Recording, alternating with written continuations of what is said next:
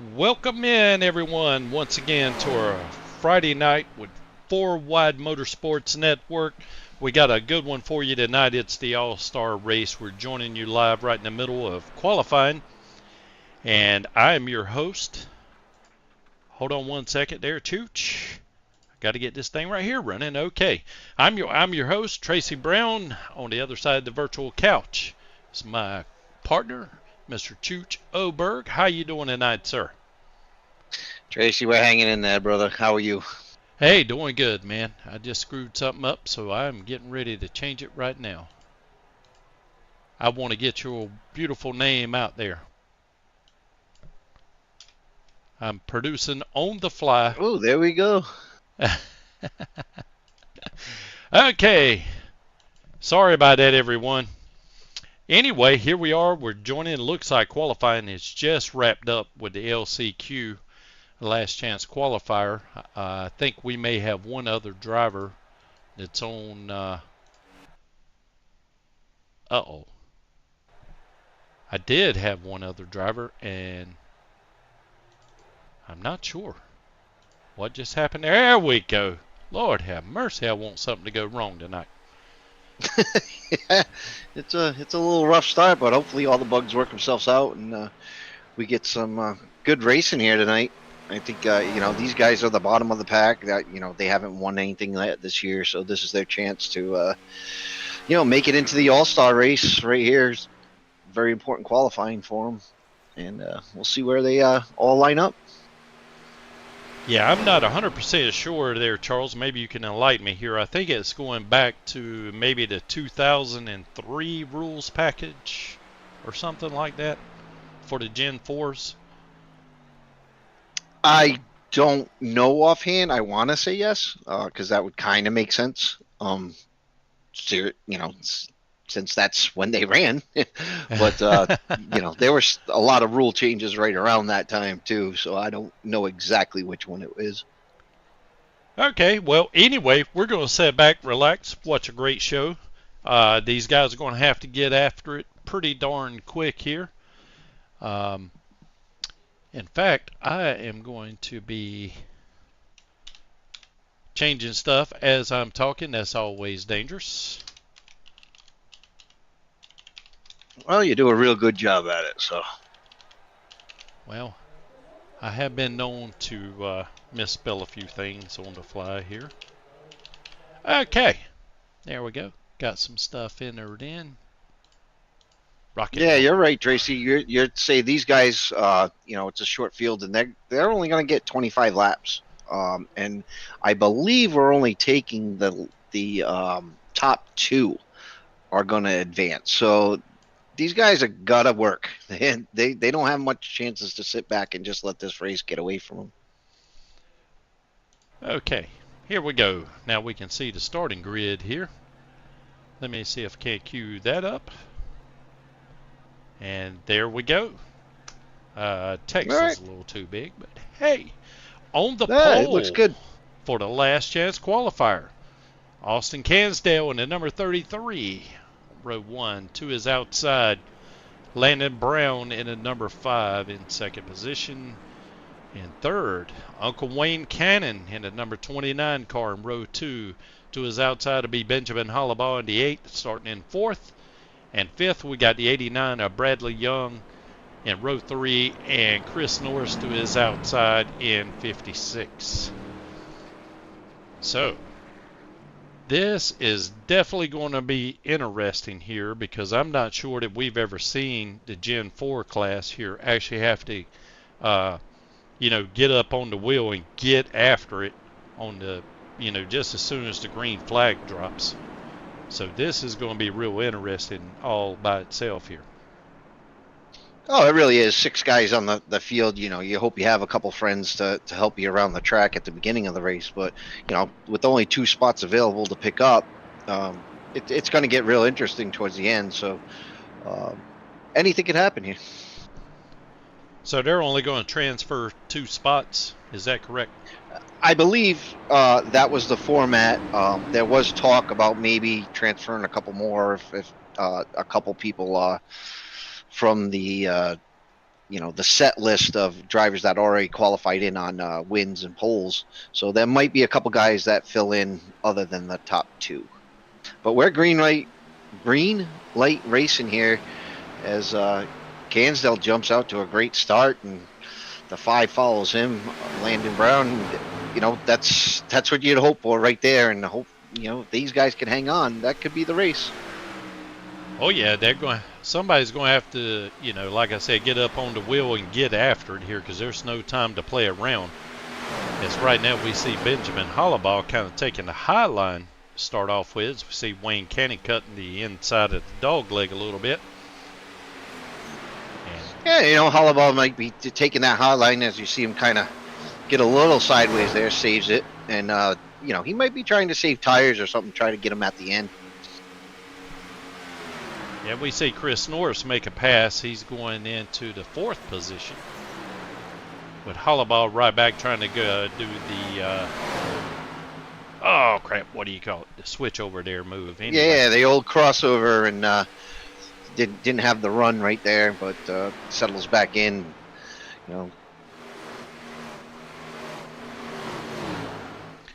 Well, this race isn't going to be won on the first lap, but it could certainly be lost on the first lap.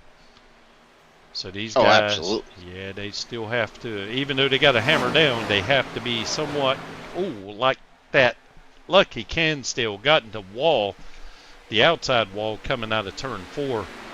I don't think you want to do that too much.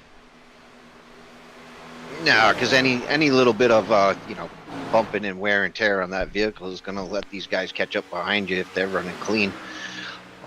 So it looks like these two guys up front, Cansdale and Brown, are pretty much checked out from the guys behind them. But and Cansdale again hits the wall as Landon Brown takes advantage of that, and the number 5 goes around easy on Cansdale. So those are mistakes, and just like that, 2 mistakes, and we got a lead change. Yes, sir. I'm going to try to keep from saying absolutely every time tonight. So I'll say you are correct, sir. But yeah, I'll take over your absolutes if you take over my yes, or Well, I tell you, I hope Austin really gets that figured out, because he's got a fast car, but he has got to figure out a way to come off of turn 4 without slapping that wall too hard. Because it's like you were saying earlier, that's not going to hold up too well, especially aerodynamically here at a 1.5-mile track.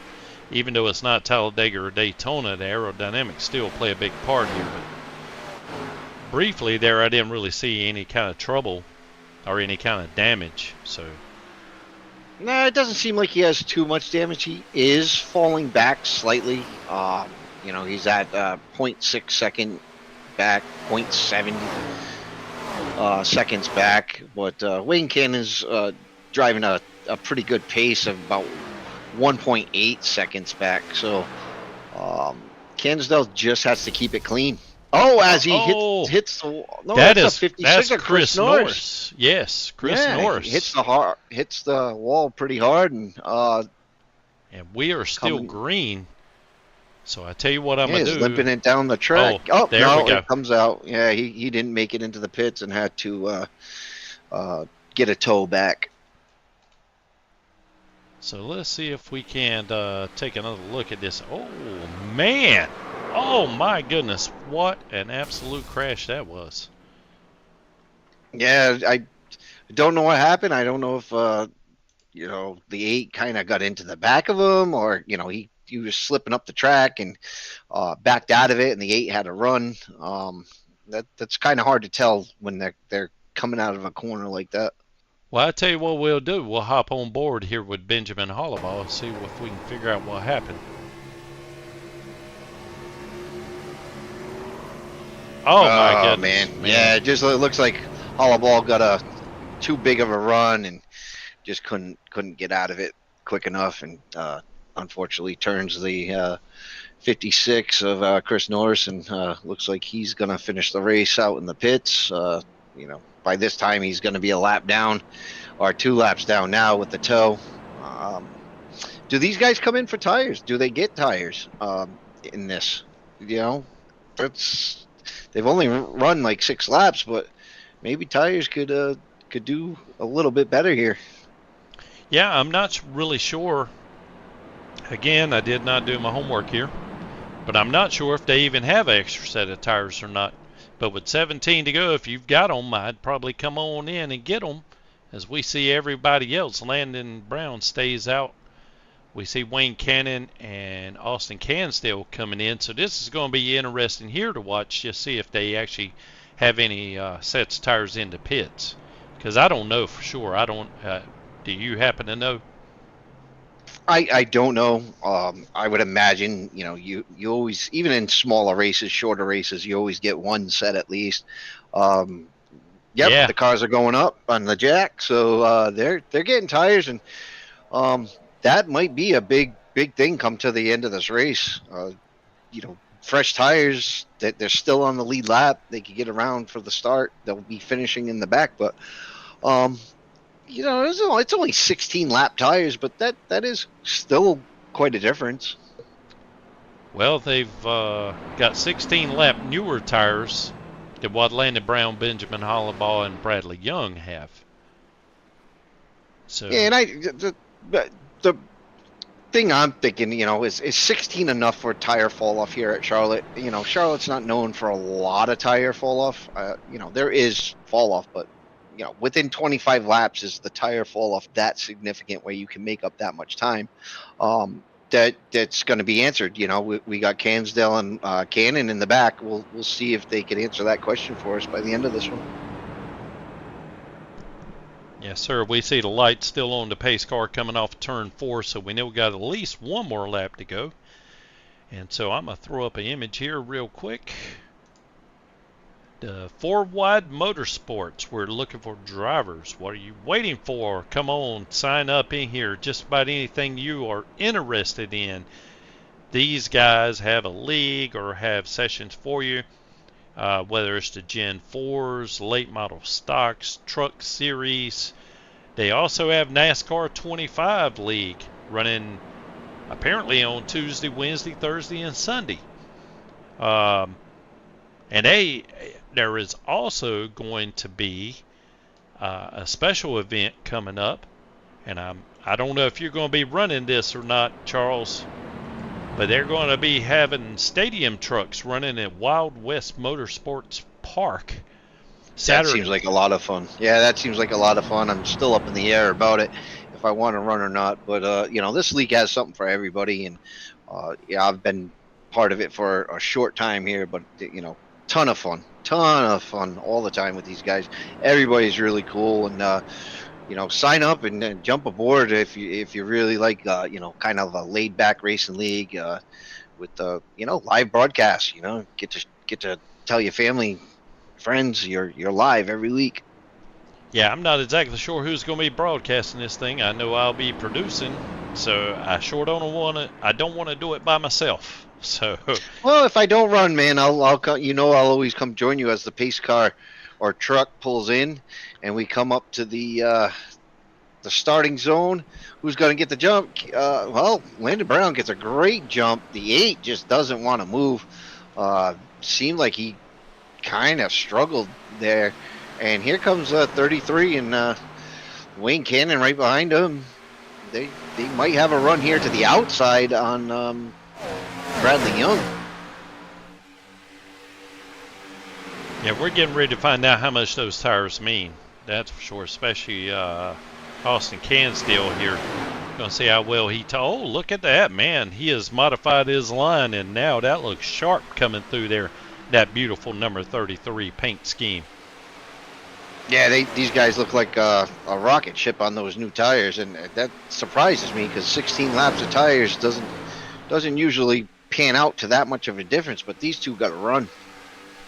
They sure do, and the way Cansdale is closing in right now, he might have something for Landon by the time this thing's all said and done. Because with those new tires and Landon having 16 lap old tires, that advantage that Austin has is going to continue for the rest of the race, as long as he keeps his nose clean. And we see Wayne Cannon as well. Whoops. Looks like he blinked off just for a second. But, man, he has moved right up, too. He's now in the 3rd position. So he didn't waste any time coming from the back. No, these guys on tires are answering our questions here. Did Landon get a good enough jump? Did he get far enough out? As we see Harborough going through, cutting some grass there, I guess. Don't know what happened to him, but definitely didn't want to see him off the racing surface. That is not where he wanted to be. That's for sure, and I'd love to take a replay of that, but I see that Cansdale and Uncle Wayne there are closing in on Landon, so we're going to go back up to the front and see if we can't follow this with only 11 laps to go now. Yeah, I mean, Cansdale's within 0.3 of a second, and Wayne's now in the 7/10, back bouncing back and forth. So yeah, they're closing on Landon. Landon's got a mirror full, and that's not a good feeling when a guy catches up to you that quick. That is for sure, and I mean, Cansdale, all of a sudden, I mean, his car looks better now than it did at the beginning of the race. So he has definitely figured something out, and that bad boy is hooked up. And he's even passing Landon on the outside now as they go through turns 1 and 2 coming out of 2. A little wall scrape there. If you notice the sparks coming off the wall from Cansdale, slowed him down maybe a 100th of a second there. Gave Landon a chance to stay with him, but now finishes the pass, and we got a new leader here, Austin Cansdale, number 33, out in the lead, and he's not looking back. That car's ready to set sail. Yeah, whatever he was messing up to begin with, he's definitely figured it out. He's adjusted his line, and man, he is rolling now. And as they were going side by side, I was sitting there thinking Wayne Cannon would love to see that continue just for a little while, so maybe he can get up into the action and make this a 3-car battle for the win. Yeah, I was surprised to see Wayne. Austin had a great run, and he was just gaining time, and Wayne Cannon was gaining time also, but then all of a sudden kind of plateaued and fell back, and he's right around 1.2 seconds behind. So that's kind of where he's settled in. He's not gaining or he's not dropping.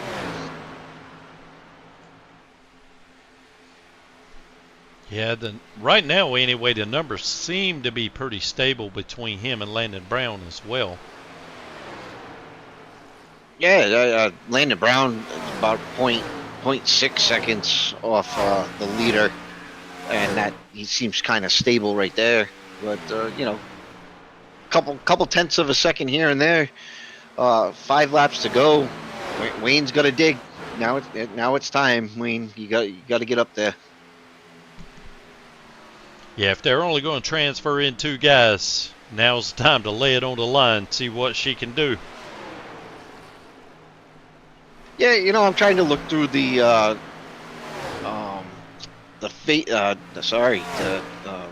what do we call it? Dang it. Beat around the bush enough and I'll help you out. Our chat there, what's it called? Discord? Yeah, Discord. YouTube chat. Yeah. All the Discord there is we have an all-star channel for the guys that are sitting back for the race, and let me figure this out a little bit. Sure, help yourself, man. I'm gonna take see if we can't get maybe some better views to maybe capture everyone in here. Yeah, so we got 7 guys that are we're supposed to have 9 guys that are set for the all-star race, and then our fan vote would be 10. In Discord right now on standby, we only have 7, so maybe a couple of those guys didn't show up. Guys that had a win or had a pole, they couldn't make the race tonight. So we are going to start with a 12-car field. So maybe we're taking more than the top 2 here. Maybe we're taking the top 4 to fill out that field, or the top 3 to fill out that field.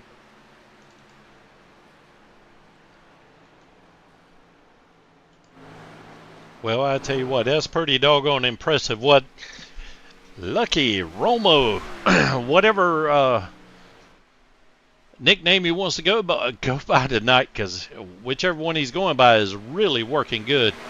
He has got that car on fire now. He's continuing to pull away from Landon, who's running in second about almost 2 seconds. Well, he just went 2 seconds behind right now. So it's the final lap. Mr. Cansdale. Yes. Looks like if he don't blow up going down the backstretch, he's going to transfer in. Oh, come on, buddy. Don't be scaring me like that, man. Rubbing the wall, getting into turn 3. Yeah, had to make it a little interesting for fans there. But he's going to cruise. He could put it in neutral cruise. He finishes P1 in the last chance qualifier here. Landon Brown's P2. Looks like Wayne Cannon came across the line 3. Bradley Young's gonna finish out that run there, and then Benjamin Hollowall, he is crossing the line in 5th right here. And Chris Norris, unfortunately, 18 laps down, did not finish. Yeah, boy, he plastered that wall there. So we're getting ready. Yeah, that was unfortunate for him. Sure was. We're getting ready to see if we're going to see a smoke show here for winning. Oh, yes. Check it out. I love the smoke shows. Anybody listening, you win a race, I want to see some smoke and some donuts. Definitely some donuts. Burn it down. We've worked with Cansdale a lot. Cansdale does a lot for the league, and glad to see him advance into the All-Star race. He deserves to be there with those guys. Like I said, the unofficial results here is first place goes to the 33 of Austin Cansdale. Second place goes to number 5 of Landon Brown. Third place is the 29 of Wayne Cannon. Fourth place, the 89 of Bradley Young. Fifth place is number 8, Benjamin Hollowall, sorry. And sixth place is 56, Chris Norris, with that unfortunate wreck at midway through the field there. Yeah, and I'm not sure if you know or not what exactly is going to happen, but I believe that we're going to have to take a quick break and we're going to have to reload up iRacing here, as I do believe everyone is going to be joining a different session in order to run the final race. And I don't know, do you know for sure about that, Charles?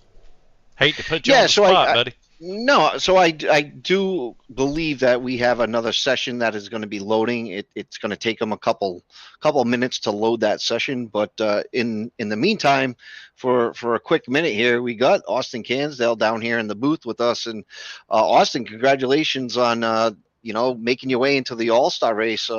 How'd you feel there, and what made you decide to get tires that soon in the race? Well, we did a long run there in practice, and after the first 10 laps, the tires were just gone. So when that caution came out on lap 8, I was like, might as well take tires here, and because you don't know if there's going to be another caution or not, so might as well get those fresh tires.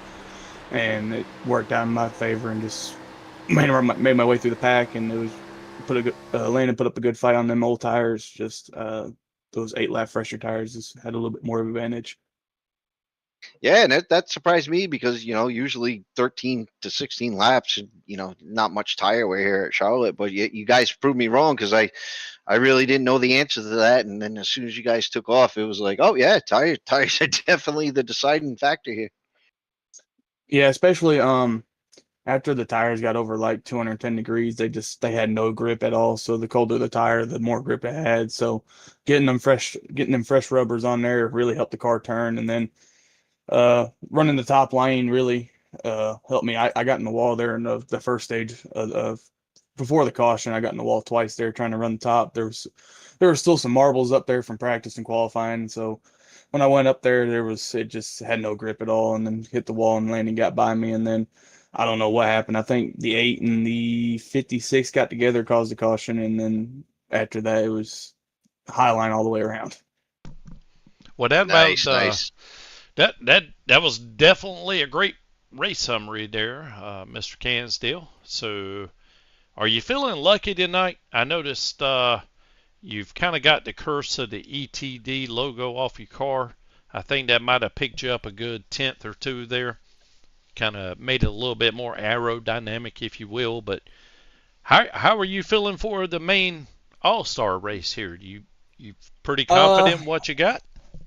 I'm pretty confident. I'm gonna have to make some adjustments onto the car to maybe loosen it up just a little bit on the long run. But otherwise, I feel the car is great. But this is a whole different field. These are not dissing the guys in the LCQ, but these guys are just a different tier, like Hunter Carlson, Stephen Luttrell, Austin Pack. They're a lot harder competition. So I'm hoping that I can go in here and just make a good run. Yeah, I don't think the ETD is not a. I don't think it's a curse. It's just we got third place Monday night in the truck with ETD on the hood. So hopefully they'll definitely be back on the hood Monday night. I'm gonna work some things out. Maybe get him back on the car next Friday. Just I wanted to throw a throwback to the Kevin Harvick Budweiser car. Probably my second favorite paint scheme of all time, the black with the red Budweiser. Oh, it's So I wanted to beautiful. do a Yeah. yeah. What's your all-time favorite? I got to ask you that real quick. Well, my favorite driver growing up was Bobby Labonte. So the Interstate 18 was Oh man, yes, that was iconic, buddy. I'm here to Yeah, tell good you, old Joe Bobby Gibbs. Labonte. Yes, so that sirree. The that number that was my 18. Yeah. yeah that's my favorite scheme. And then this of course this black Budweiser Kevin Harvick car is most definitely second. I say third since I was a Bobby Labonte fan when he raced out. I think it was JT Doherty at the time when he rode the 47 Kingsford car. It was the 47 red and blue and white car. Oh yeah, the Kingsford charcoal car. Yeah, that car. Yeah, yeah, So that that one's pretty as well. But this one right here, man, this reminds me of our introduction with the snake, going through the embers and biting at the screen, man. That sucker looks sharp. It looks fast. That's got to be good for half a tenth anyway. I mean, the my spotter was telling me with the fresh tires we were running 29.5s, and then so I mean I think that's a good lap time, but I don't know compared to these with these other guys. I don't know how well that's going to be in the field. So hopefully 29.5 is a pretty good lap. Okay, well, I just want to confirm something with you real quick. We are going to be joining a different iRacing session. Is that correct? Yes, you will be. The session we just were in was the LCQ. This one, I don't know if they've done the qualifying for the All-Star race yet. They might have not.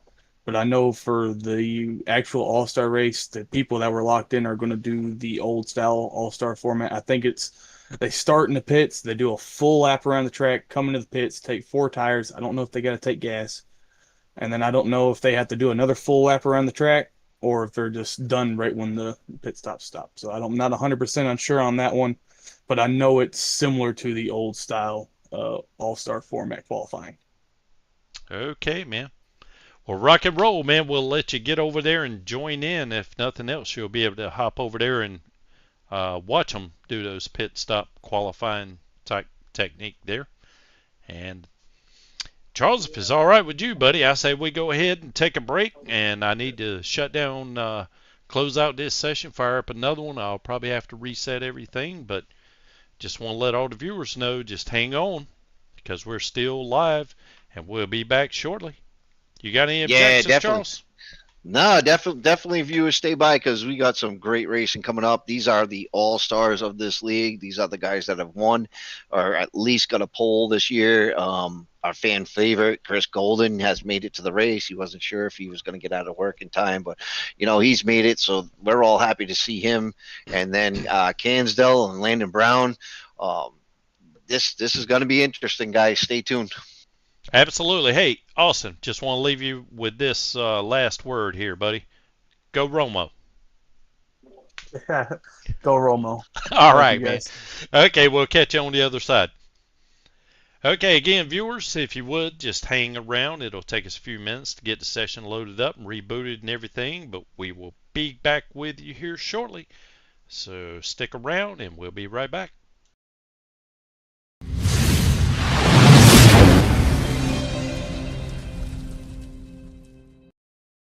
Landon, I just saw you down here too while we were closing out. I feel bad.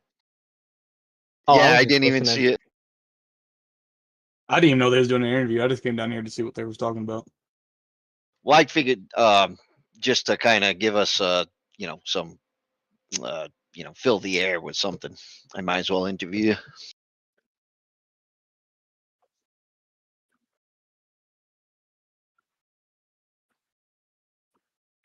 you.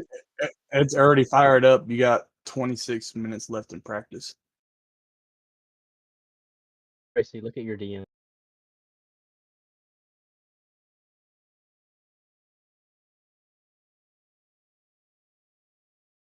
He's probably saying that he's gonna put me in the wall during this race.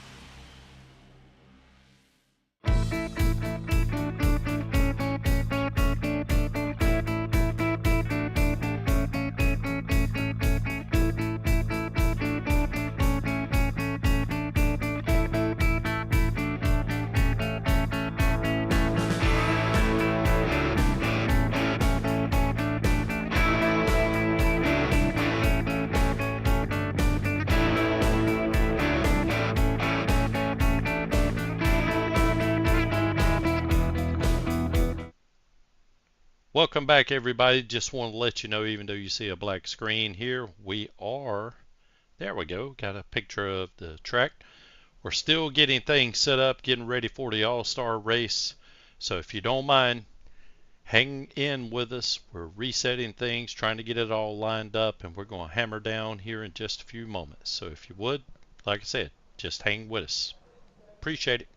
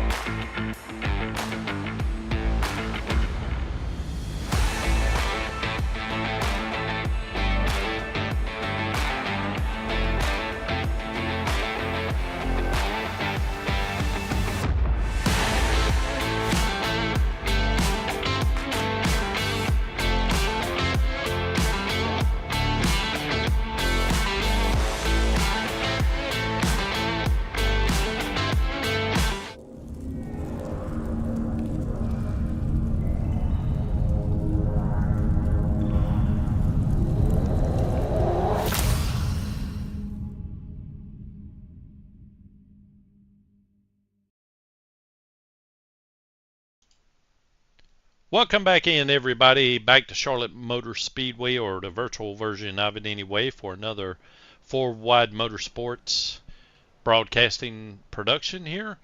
Again, I'm your host, Tracy Brown, and the other end of the couch, as always, Mr. Rowe, Charles Chuchoberg. How you doing, buddy?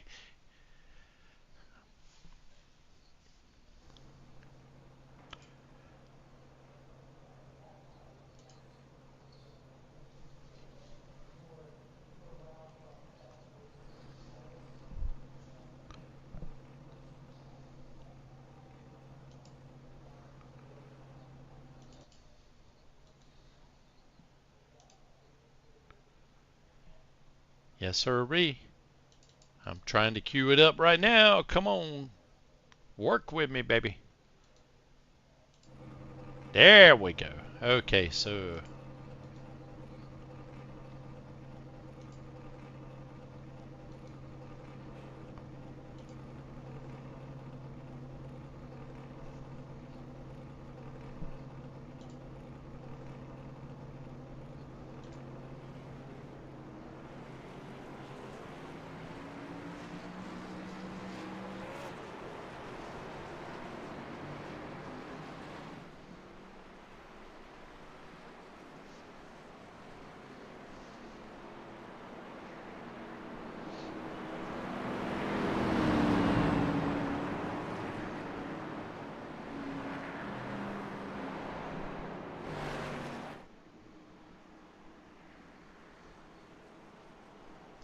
yeah, and I'm getting ready. I'm not sure if this is going to work or not, but I'm going to try to pull up the starting grid. How about that? It does actually work. Okay, I didn't think it was going to work, but Chris Golden got the pole for the All-Star race here, but for some reason or another, Charles, I'm not showing him as being in the session. I'm not sure if his internet's messed up, if he's just going to start in the pits and start from behind. But anyway, our starting lineup in row 1 should be Chris Golden in the 86 car to his outside, Zach Nerney in the 13. Second row, Stephen Luttrell starting in the 36 and third row. Hunter Carlson in the fourth row. In fourth in the second row, Austin Pack, Yogi Schleer, Zach Tebow, Christian Strader, Austin Cansdale, Landon Brown are two. Austin was a winner and Landon Brown finished second. In the last chance qualifier was We're Going Green. I'm still trying to get through this. Row 6, 11th, we got Wayne Cannon, Bradley Young, Benjamin Hallball, and Chris Norris. Oh, I'm sorry. I thought we were going green. I was spitting it out as fast as I could. So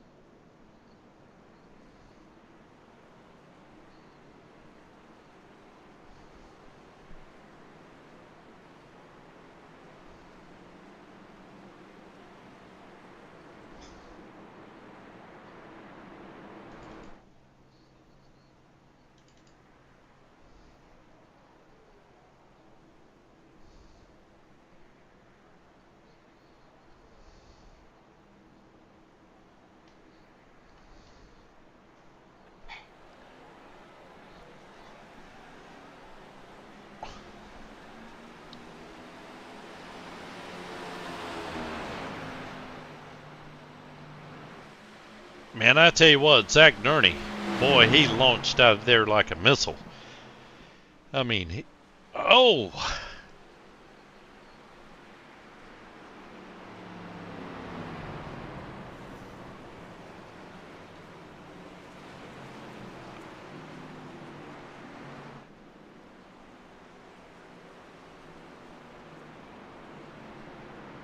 yeah.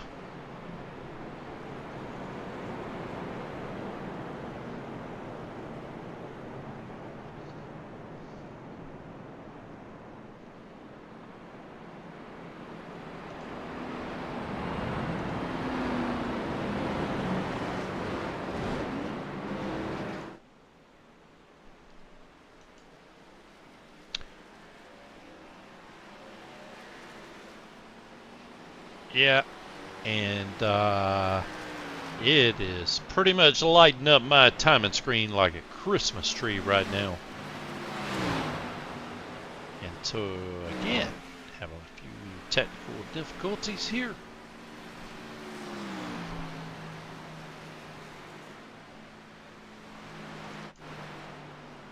Yeah.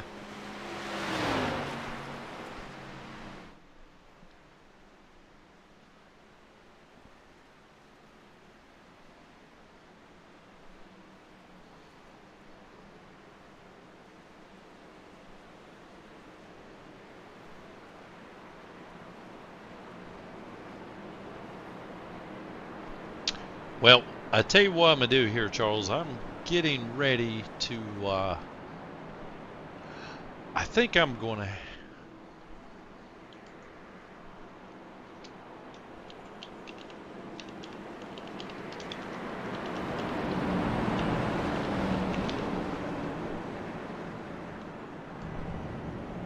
I'm kind of typing away in the background here, trying to see if I can get everything lined back up.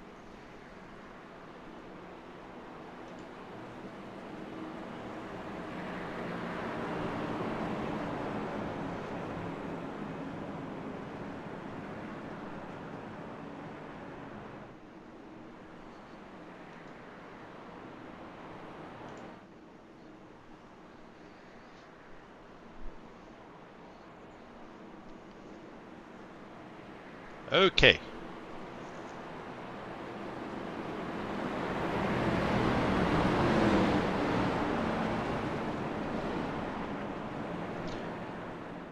Well, I tell you what I am going to do then, because I'm not sure that I'm having any issues or not, but I'm not getting the information I normally get. So I'm going to hop out of this.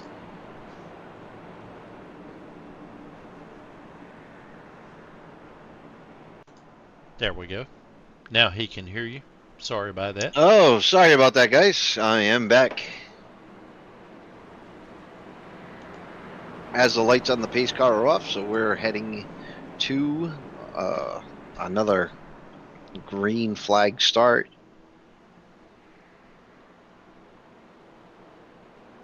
And Chris Golden did come back. He logged back in, and he is up front where he should be. Latrell's on the outside. Hunter's on the inside.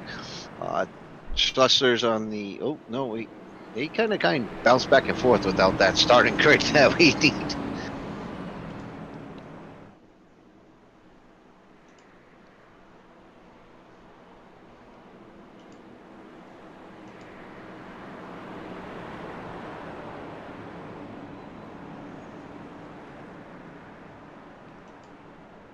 Oh, man, I tell you, it looks like something is not jiving here for me.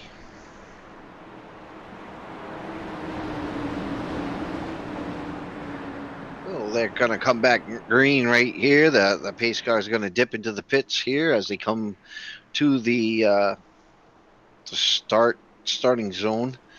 As Chris Golden brings them into the starting zone, we got a green flag. Chris gets a good jump. Arnie seemed not to get that good of a jump. The 36 follows Chris through there. The 32 is right behind Arnie, trying to push him through, get him up to speed. Looks like 32, Hunter Carlson's going to go way to the outside. Oh, Arnie kind of chops that lane off, taking that low lane up to the high side, coming out of turn 2 there. As we're kind of all spread out here, which is pretty surprising. I thought these guys would be,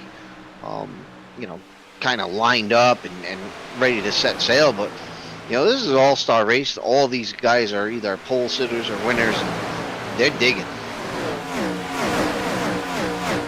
Well, I tell you what, it is, boy, they're going at it already. Unfortunately, at the moment, I'm not going to be able to have any timing or anything, and the only way that I know to get it back is to restart OBS, and that means killing the broadcast. So, Charles, looks like me and you are really going to have to be working overtime tonight to be able to let everybody know what's going on. Oh, with the there's no trackers. Yeah, that's really unfortunate because I know a lot of these guys are digging from the back, but we'll try to keep you up to date with where people are. Like Landon Brown just is up 4 spots, just moved into 6. Golden fell 2 spots. He's running 3rd right now, but it seems like everybody's kind of settling in. Yes, sir. Ray. Hey, man, we're going to have to do it MRN style, the radio style here. Because between all of this resetting and everything, I got the data. It is streaming. I can tell you that Stephen Luttrell is in 1st. Zach Nerney is in 2nd. Chris Golden's in 3rd. Zach Tebow in 4th. Austin Pack is in 5th, running 0.67 seconds behind everyone. So we've got it, but it is not displaying, and there's only one solution, and that would be to kill the stream. So we do have a stage break, and maybe that would be the time to do that, so we could give the live action to the fans and maybe do a reset during that stage break. But no exciting, big movers right now. Other than Landon Brown, Landon and Cansdale, Zach Tebow, they've all moved up 3 spots. Those are our biggest movers. Austin Cansdale moves up another spot into 5th, passing Austin Pack in the 81. So yeah, we got some movers here. Tire wear seemed in the last chance qualifier seemed to be really low. Like guys are getting tires at 16 laps or so just to get some fresh rubber. So it's a lot of tire wear here, which is surprising to me because Charlotte is a pretty open track. Yeah, and right now you're not seeing much because we got a black screen. That was a last-ditch effort there, just trying to get this bad boy to come back to life, but I cannot do it. So at least this way we can see the racing. I do apologize to our viewers. Certainly apologize to Mr. Luttrell and Dylan Renner. They want to know what place Roma was in. So Austin Cansdale right now is running in 5th position. He is 0.15 seconds away from the leader. Now we even throw a little camera action his way as he's going up onto the high side just above Zach Nerney there, coming out of turn 2. Oh, Cansdale, come on, baby. Oh, Cansdale hard into the wall, gathers it up. Hang save on it. to He it, does man. save it. He does save it. He was a Catches victim the grass, of the but falls. Yeah, a victim of the broadcaster curse there. Sorry about that, Lucky. As he gathers her He back felt up. really good in the last chance qualifier. Had a fast car. That thing was a rocket. He was hoping for a good finish here. He really wanted to dig into this All-Star race because he knew once you got into the All-Star race, the competition really stepped itself up. So that's very unfortunate for him. It sure is. Ah! It came back. Oh my God. Unbelievable. Who knows why it took 11, 12 laps for this to work right by itself. There we go. And now we have some graphics to be able to apply to our broadcast. Ladies and gentlemen, there it is.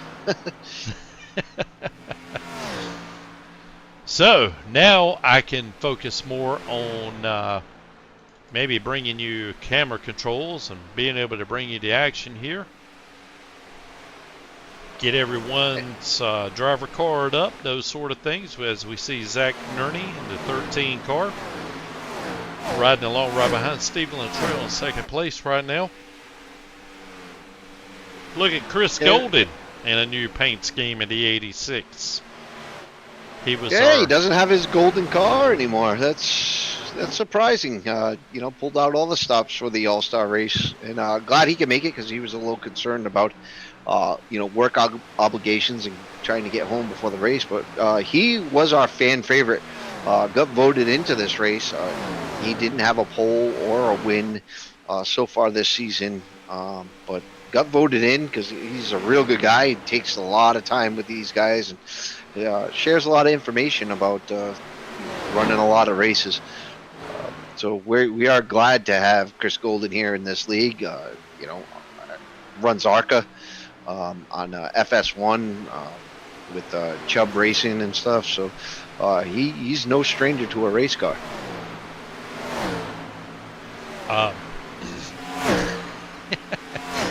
I'm sorry, man. I hate to chuckle, but it's actually club racing. Club. Yeah, yep. Sorry. Yeah. But these guys are, let's just say, around here we'd call them big boned. So, even though Chubb racing, I'm sorry, man. That's fine, man. Yeah, no offense, Chris. Hey, I'm a big bone guy myself, dude. It's just my cohort here came up with something. It's kind of tickled me here on the broadcast, so sorry about that. But yeah, anyway. I feel bad for Alex too. I don't mean to mispronounce the name. Alex is a good guy. He joined the lead, and he races with us. He's the owner of that team. So my apologies to them. That was kind of a slip up there. Hey, it happens to the best of us, but every once in a while the slip up becomes, kind of funny. No other way of putting it. Oh there, God, but. yeah. So that's what we're here for. We're here to have a little fun, and as these guys get kind of spread out, I know the racing seems a little boring, but we're here to entertain you a little bit during these laps.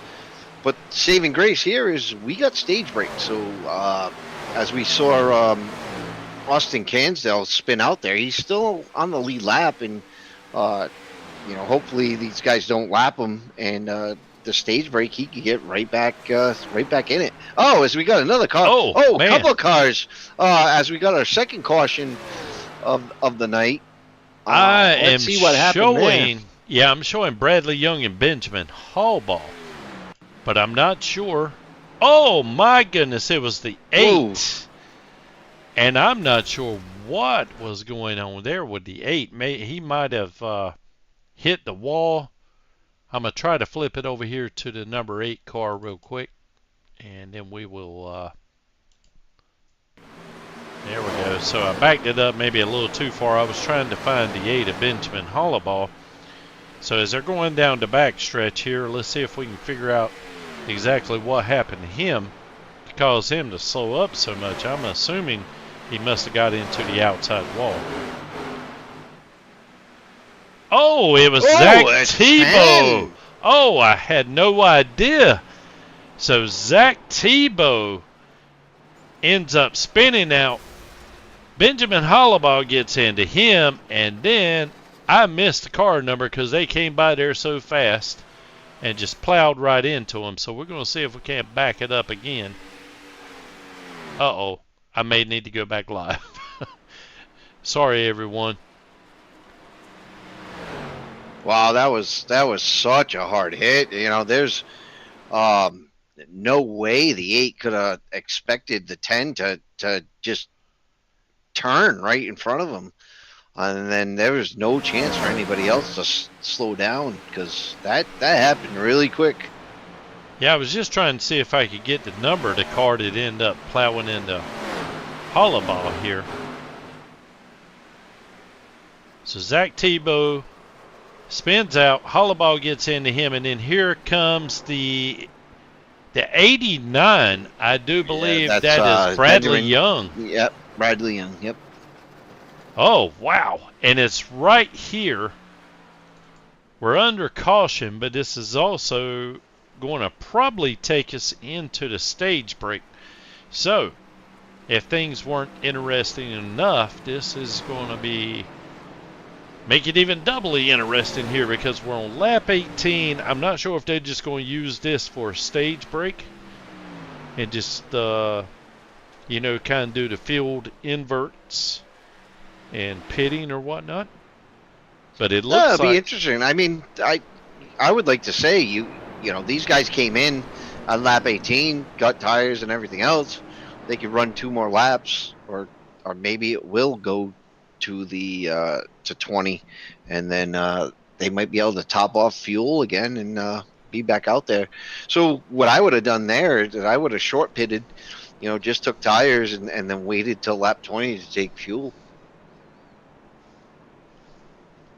yes, sir, man. And yeah, so they are apparently in the process right now of manually resorting the field. I'm just assuming because, again, my timing screen's going crazy here. Looks like a Christmas tree lighting up all over the place, with guys waving around, moving positions and everything. Well, I do believe that that does put everybody back on the lead lap, which is a great thing. But yeah, we got to figure this out because it looks like Landon Brown is our biggest mover with +7 spots on the start. But we're gonna see where he ends up with the random invert here. Yeah, well, he's already pitted, so we know that. Yeah, I believe just about everybody pitted. Luttrell spent you know, over a minute in the pits. Everybody else around 15 to 16 seconds. Another guy, Zach Tebow, spent about 41 seconds in the pit. So there was a couple extended pit stops, but it looks like most people were right around that 14 to 16 second pit stop. Well, this is certainly going to be interesting because Hollabaugh ended up wrecking to bring out the caution flag. However, underneath the first stage break, they are going to be inverting the first and the last places. So I'm assuming that would take Stephen Luttrell and put him at the rear, but because of the cautions, I'm not exactly sure what's going on now.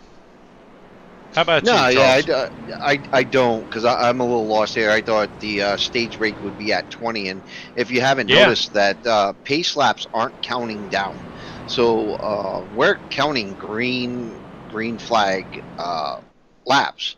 So if these guys are at lap 18, then the stage shouldn't pop and the invert shouldn't happen until lap 20.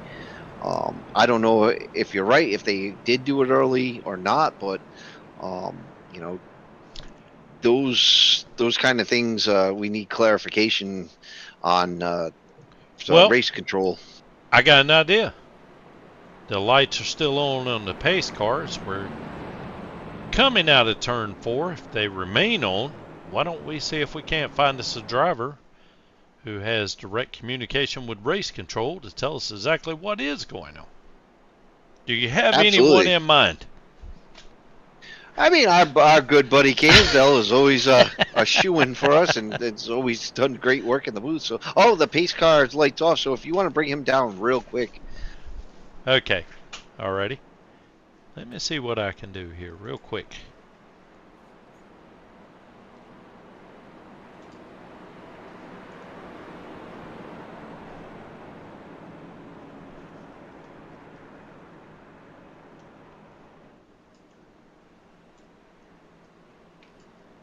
Ooh. So I'm not exactly Yeah. sure what's going on here, but I can't bring him in. I'm going to try Landon Brown. Landon Brown, you're live on TV. Can you give us an update on what is going down here by chance? Yeah, so what I've heard over the radio is they're on a wheel to do an invert, and apparently, according to what they spun, last place car gets to start from pole position. So Benjamin Hollabaugh will start front row on this next restart. Okay. All right. Thank you for the clarification. We'll send you back up there to join the rest of the field. Thank you for that, because we weren't sure if we were going to do that at lap 20 or 18. But yeah, Harbaugh is going to Thanks, start on Landon. the.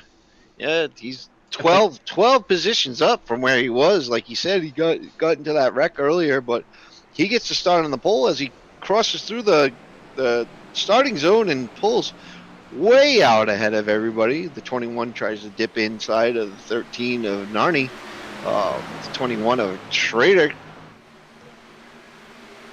K-Strad been glad to have him there. He's missed a couple weeks here. I haven't seen him in a little bit, but a guy like K-Strad, you don't think he would want to miss the All-Star race. That he is an All-Star driver. He sure is, and I'm not exactly sure the reason why he started back as far as he did, unless that had something to do with the inverting rules for the beginning of the race, because normally I think every race that he's ran, he's ended up winning. So he obviously brings the heat whenever he comes here, and he's slowly but methodically moving up through the field. And he is. Yeah, and our good buddy Luttrell, I think he finished that stage up front, so he had a start in the back. So Luttrell, Harbaugh, oh God, through the field, cutting grass, gathers it up. Good thing, no caution. Hopefully, no harm, no foul there. He can get it back rolling. Yes, sir, Ray, man, he was going to.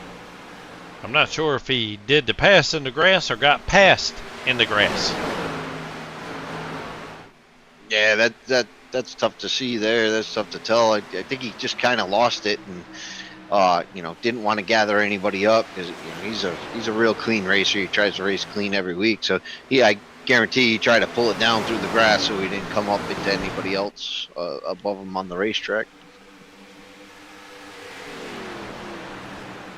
As we see Hunter Carlson now coming around Landon Brown on the outside. Yeah, so after that stage break, I mean, we got guys that, were kind of hanging out in the back, and now we got those guys right back in the mix again. Everybody's right there to take position. Yeah, they sure are, and I don't know, everybody is really, really close, but I'll try to step through the field real quick. So we see Austin Pack in the 81.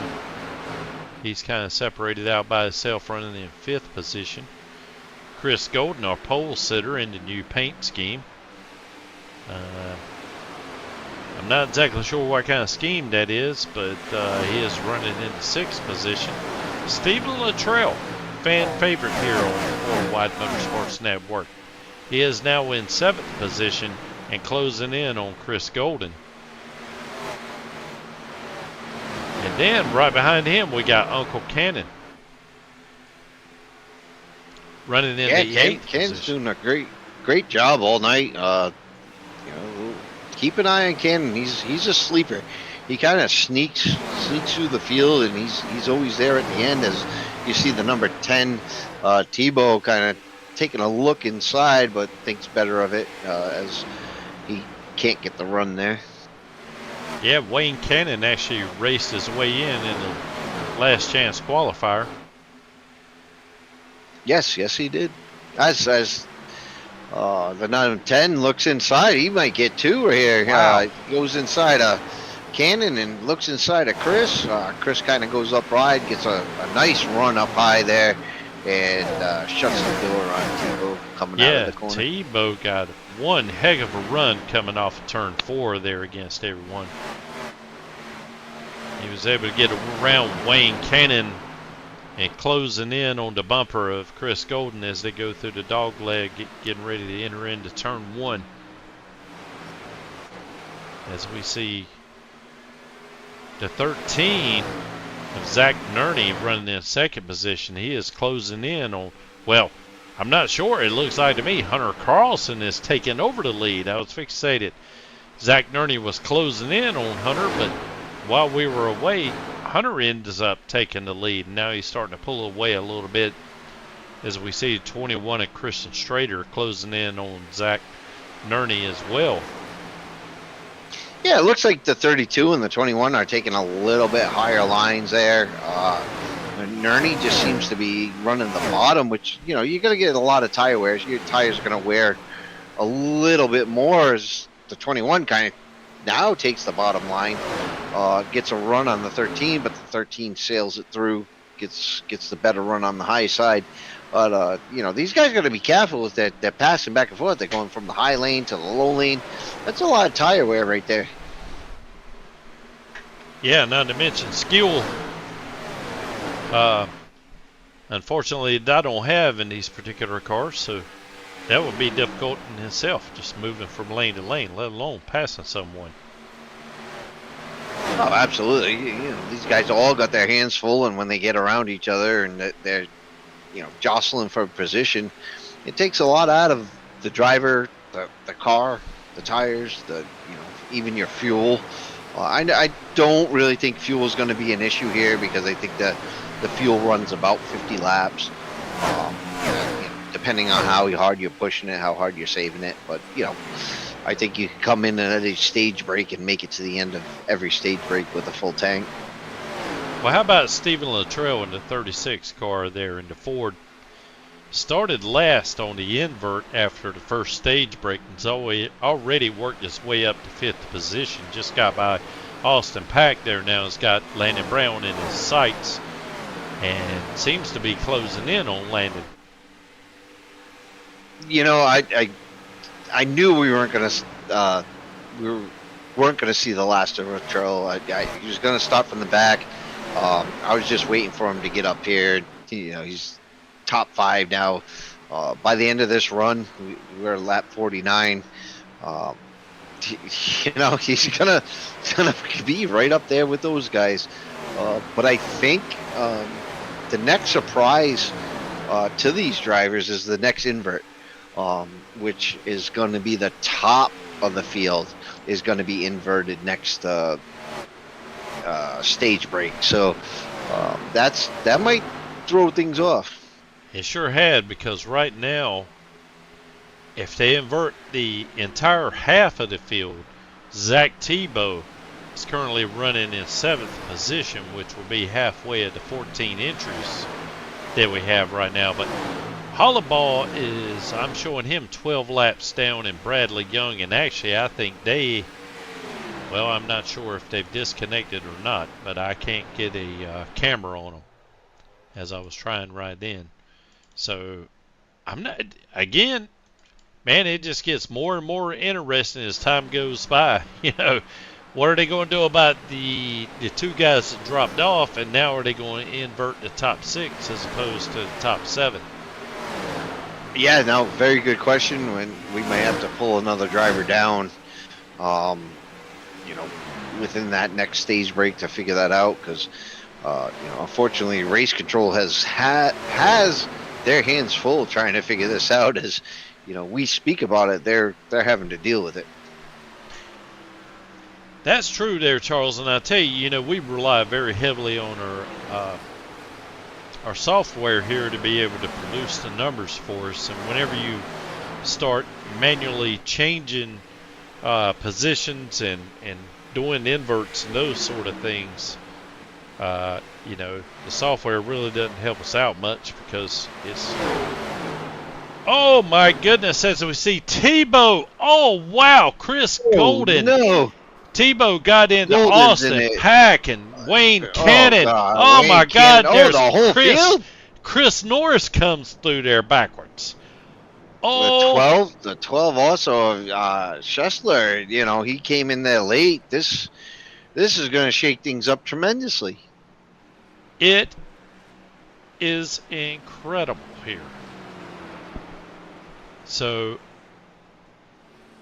I don't know if I just want to be better off. I tell you what I'm going to do. I'm just going to rewind it from right here, because I'm not showing a clear victim in this thing as to who actually, you know, any kind of event or anything as to what caused it or what happened. So we're just going to slowly back this bad boy up and see if we can't reverse engineer this whole Ooh, you see incident. that 12. 12 flip. The 10 flips upside down there. That was insane. Yeah, so it looks like to me, Austin Pack, he's running the high line. He's coming down. Zach Tebow is right on his bumper. Pack is kind of moving back and forth. They go into the turn. Zach Tebow hits the apron a little bit, but he's okay because Pack's up high. But, oh, man. Oh, Tebow gets into him. Chris can't slow down enough. Wayne just gathers into the back, and then you just got the chaos of everybody checking up. And, if you remember, Zach Tebow came in. He won the race at Martinsville. Very, very skilled short track racer, winning that race. But that was kind of a dive to the inside and just washed up outside. Unfortunately, this is a little bigger track than a short track, so kind of caught up a bunch of guys in that one. And so it also throws chaos, I think, into the plans. Look at everyone coming in on, what would this be, lap 35, so we haven't even reached the second stage break yet. But it looks as if this is going to be the stage break as we see everybody piling into the pits. The caution laps aren't counting. So Landon Brown. So technically this should be the stage break. I mean, we came in early on lap 18, and now we're at lap 45. So each stage break was 20 laps. So from here on out, we're going green flag racing in lieu of cautions from here to the finish. So everybody's got to get tires. Everybody's got to get fuel to finish this one off. Well, for instance, we just see Landon. He came in. I'm assuming he either took fuel only or 2 tires to be able to, kind of leapfrog Hunter Carlson. But my question is, so now Landon's in first. So has the field already been inverted, or are we going to invert after everyone has come off of pit road? I would say my smart guess here is invert the field after pit stops, which is unfortunate for Landon because I think you're right, Charles. He made the. Oh no, yeah, he's dropping back because he was first. Now he's going to be either 6th or 7th. And 6th or 7th is going to be first. Oh boy, yeah. So while they're figuring all this out, I just want to, run through the fans here. We got Ray Carr 06 saying Landon Brown get in. That was during the last chance qualifier. What's that? Brenya Racing. He says he's doing a smoke show. Wait a minute. Yeah, he's gonna do a Briner. Yeah, he's gonna do a smoke show when he wins. William Luttrell. Stephen Luttrell fan club is here in the house. Always a pleasure to see William with us. So there's a bunch of fans. Stephen didn't know he was going to watch a NASCAR race tonight. It gets interesting. Roy, Schrader gang, let's go. Yeah, it's great to have you guys tuning in. It's been interesting to say the least because there's a lot of manual setup. As we see, Austin Cansdale had the lead. I do apologize for that. Didn't even realize we were getting ready to take the lead or take the green flag. I was sitting over here scrolling through the chats that was going on, and wow, boy, Austin Cansdale, lucky Cansdale, man, the winner of the last chance qualifier. Boy, he shot out of there like a cannon too. There is a great advantage to being on the pole at this particular track. It looks like the guy who's on the pole is able to get out a pretty big lead every single restart here, Charles. Yeah, Cansdale unfortunately hasn't won a race this season. So he wants to be out front there. He's got something to prove right now. He deserves to be out front. Great racer. As the 36 Luttrell just takes that lead away from him right there. But Cansdale's done his work. No, actually, Cansdale's hanging tough on the outside. He's not giving it up that easy. This is a battle for the lead right here. That it's getting a little choppy. It sure is. And on that last chance qualifier, Cansdale kind of made his mark by running the high line down through this track. So even though Luttrell's diving down to the bottom, Cansdale feels a little bit more comfortable up a lane or two. Well, if you remember, this is our, you got 38 laps to go here till the end of the race. So this is our longer run of the race. So tire wear is going to come into effect here a little bit more than it did for those short 20 lap stints. So guys that are going to save it might make a difference towards the end.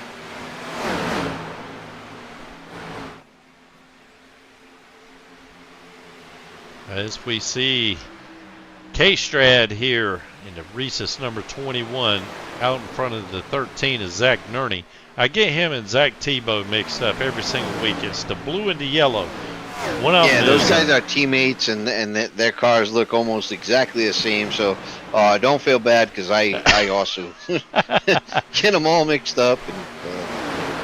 Yeah, when they're coming by at 180 miles an hour, it's kind of hard to tell the difference between the Kellogg's car and the 10 of Zach Tebow at a Tide machine. That Zach, maybe that Tide machine should be blaze orange. There. Throw it back to Darrell Walter, car he used to run. That might would help us out. And then we'd get it mixed up with K-Strad here, just sure as anything. Yeah, we're no matter what, we're gonna get them kind of mixed up. That's why most of the time, when you're announcing a race and the cars all look the same, I just revert to numbers. You just the car's a number. It's got a number on it for a reason. That's right. To be easily identifiable. As we see Cansdale now driving back to the 4th position, and we see the 32, Hunter Carlson. Is he making a move on K-Strad? No, I think he just got passed by K-Strad. Christian Strader. Now this is going to be an interesting finish right here, because I think you're going to have the top 3 drivers have made their way to the top of the field here. Yeah, so Luttrell's won multiple in a row, and K-Strad is, just about won anything he's entered. So these two guys are no strangers to victory lane, and, P1 and P2 right now, this could get ugly towards the end, because both of these guys want to win it. This is for bragging rights. This doesn't go towards points to this season. This has no implication on championship standings. So they got nothing to lose to race really hard to the end. And you look at the 21, making up a lot of time. But Luttrell's just been known to, be really good at saving his stuff. It's going to be a great finish here. I think so too, as we just saw Lucky Cansdale there kind of, grinding on the paint a little bit coming off turn 4. Maybe got a little bit too high into the marbles. Kind of did the video game run through the corner. Yeah, he's like that wall. Even the last chance qualifier, he kind of liked the wall a little too much there, and even said it in the post-race interview. But hopefully it doesn't damage him too much, and he's saving enough tire to catch these two guys. I don't want to speak it into existence, but these two up front have arguably been the best in this season, and you hope if they get racy or get too racy, you hope something happens there, and Carlston and Cansdale and Narni, they can capitalize on those guys going for the win, because that's the only way you're going to beat them if they make a mistake.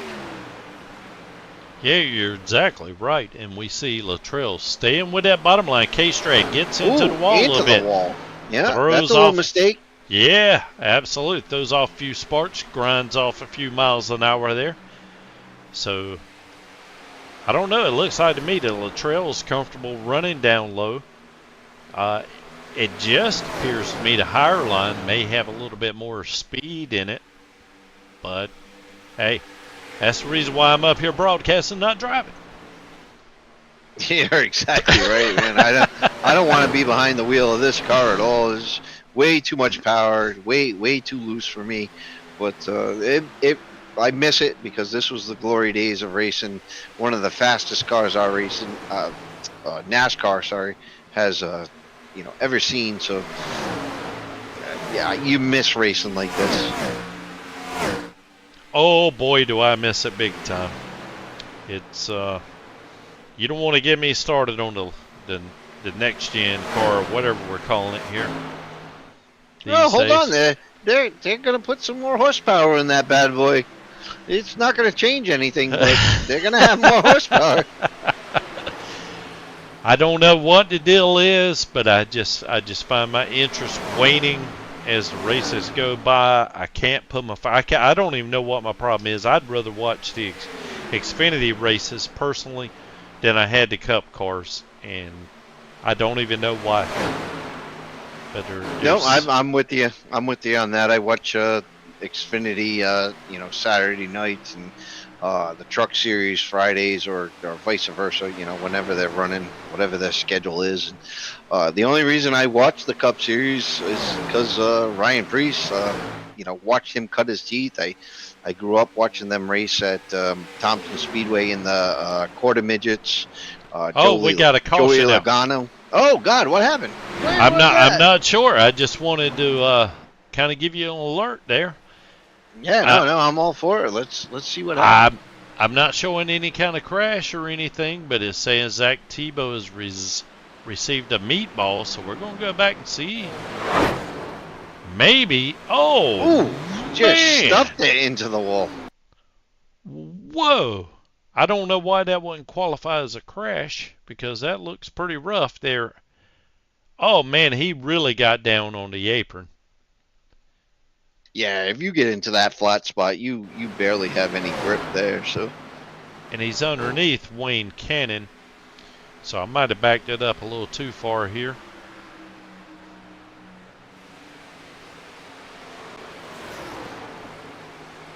But yeah, to tell you the truth, you like to see what led up to it. Yeah, he puts that left front there on the flat spot and just hooks it. And good thing he didn't catch anybody. I think everybody kind of just made it around him. Very unfortunate for him. We don't have any stage breaks left. He's going to have to come in. Hopefully he's got a fast repair. He can stay on the lead lap. And, Charlotte is a big track, so he didn't need to be towed. Everybody's going to come down for tires. So if he could come in for a fast repair and get tires, he could keep his lap. Wow. I'm here to tell you, these wrecks in iRacing these days, they seem so realistic. Like something you would see on TV. And iRacing's doing a great job with their damage models and bringing really good content to everybody. I'm not. I love what we do here, Tracy. You do a good job, but I happen to sit into the eSport college league. Almost right below the top line stuff, and it's amazing what this sim looks like at a professional level. I know those guys are throwing hundreds of $1,000s at the sim for all their gear and everything they do to broadcast, but this is almost better than watching real races half the time.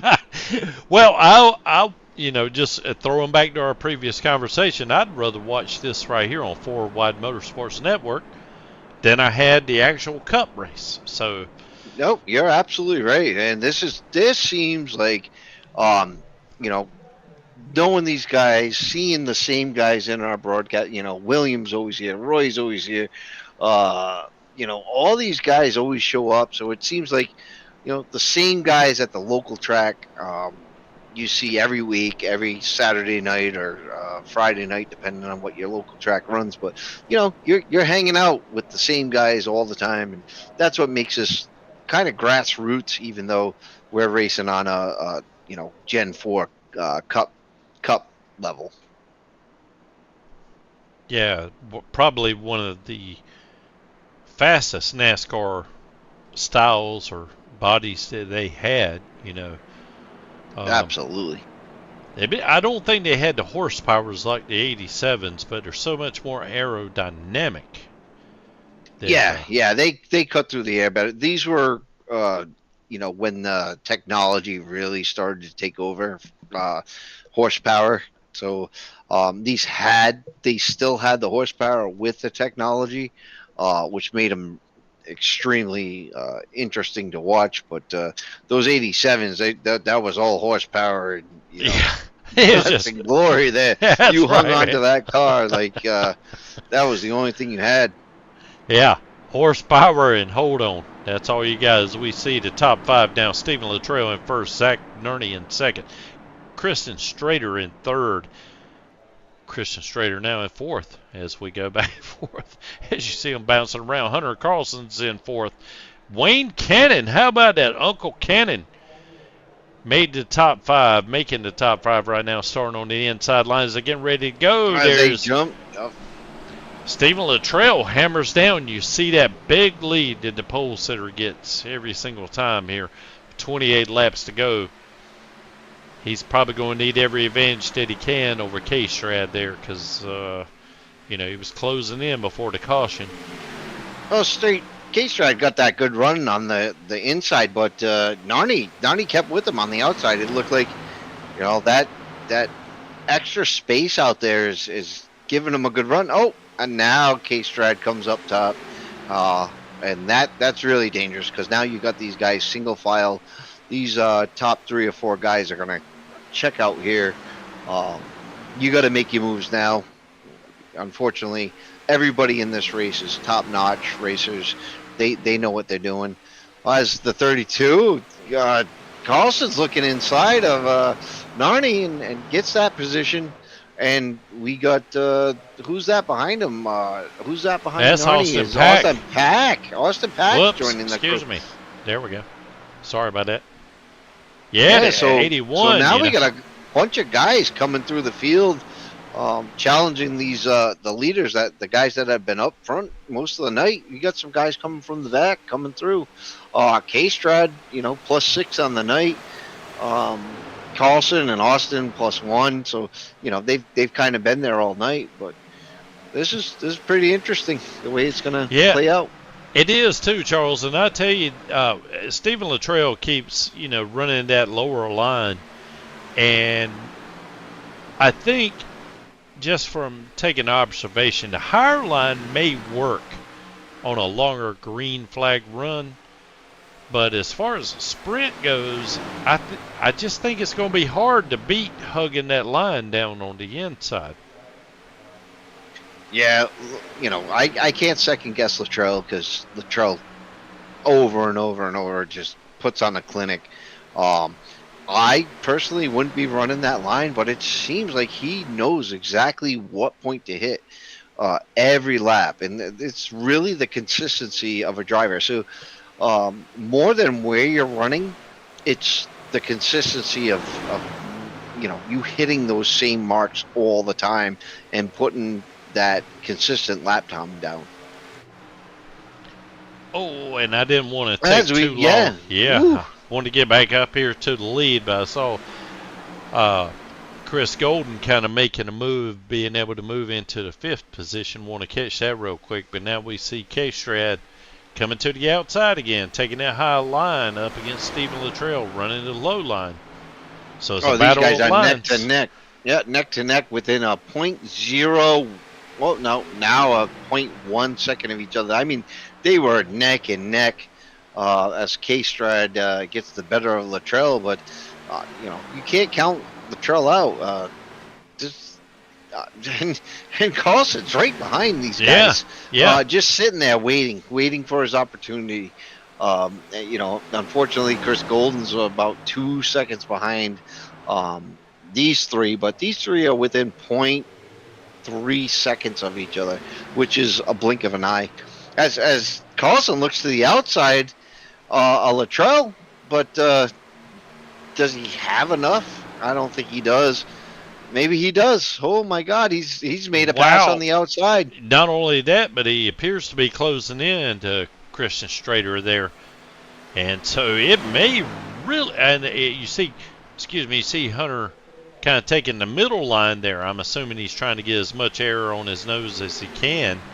So I mean, 3 distinct lines here. You got K-Strad running up high, Hunter in the middle lane, Luttrell down on the bottom.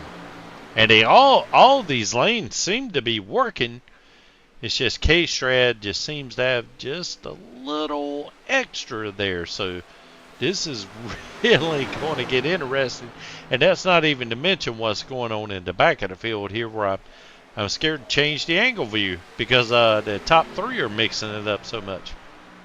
Yeah, these top 3 are really just, beautiful racing here. And like I said, this is the all-star race, so these are our all-star drivers, 1, 2, and 3 right here. So watching them is pretty special. The guys in the back of the field, even them, they've all watched the race. Oh, that's 21. Strader wants to play it dangerously as you watch how fast everybody catches up to him. These guys are putting it down. It's no telling who's going to win here. We're 20 laps, 18 laps to go. You're going to start seeing tires fall off, so these guys aren't going to be able to push it as hard anymore. The racing's going to get really tight here. Yeah, we see K-Strad electing to take maybe a safer line around this track. It'll be interesting to see what he can do with the lower line. I think, he can't afford to get up there in the high line and scrape that wall too much because Stephen Luttrell will be right there on his bumper, if not going around him. So we see Hunter cross to the inside. He's looking at Stephen Luttrell as they're coming down the backstretch, entering into turn 3. If you notice, Carlson took Luttrell's line away. So Luttrell was on the bottom, but Carlson got to the inside of him and took that line away, which pushes Luttrell up to the top of the track. So, maybe that's the thing. Maybe the only chance you have is to take the line away from the guy that, running so consistent. You have to disturb his consistency to get a good run here. Yeah, that's a very good point there, Charles. I may have to start calling you Charles McReynolds here. Charles McReynolds.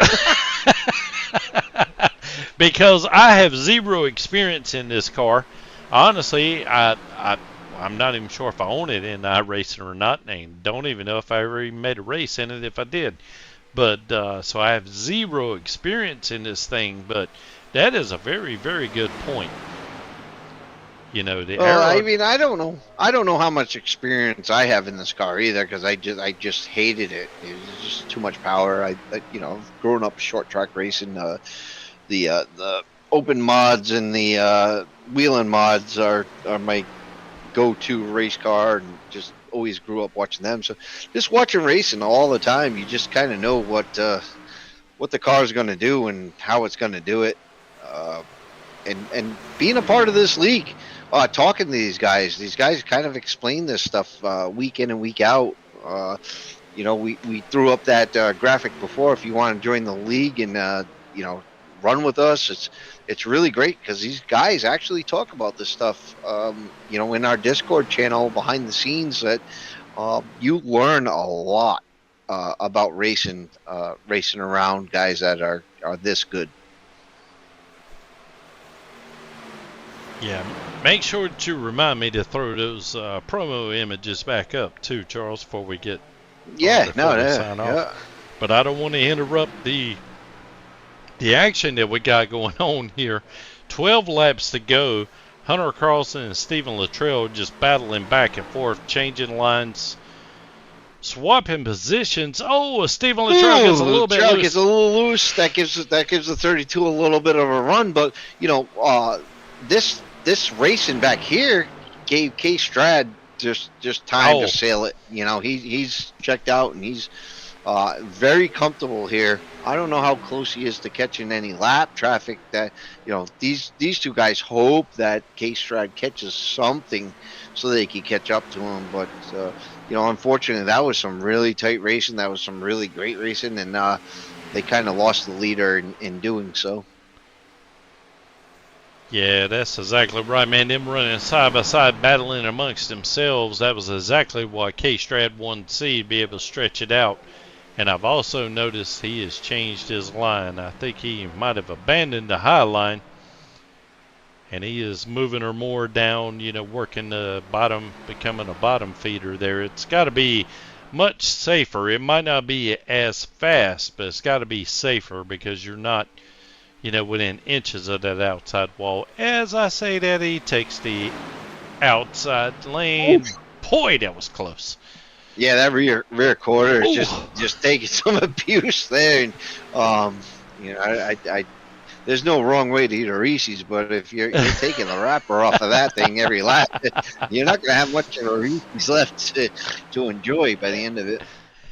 Yeah, it is the All-Star race, and why not gamble a little bit? There's nothing to lose and everything to gain. But you have to in an All-Star race. This is purely for bragging rights within the league, and the fans get to watch something a little bit different than we do every week because the season's a little bit more structured. This was kind of mixed up, and we apologize for the delays and stuff to get it just right. But this gives the drivers a little something different to deal with. Like I said, this is the best of the best for the league, and we want to showcase that here. And hopefully you guys like what you see. Well, how about this? Hunter Carlson is slowly but surely walking down Christian Strader. He is now within. Yeah, he's catching up.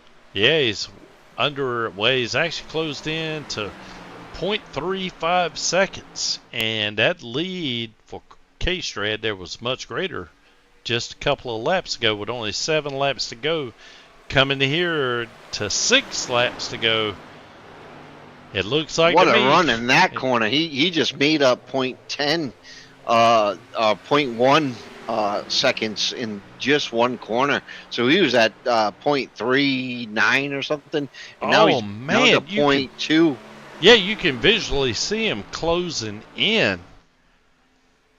I don't know if K-Strad just kind of, saving what he's got, trying to hold out for the last 5-lap sprint. But you see K-Strad. Oh, and here we go. A nice dive to the inside. He's got to whoa it up coming out of the corner, but man!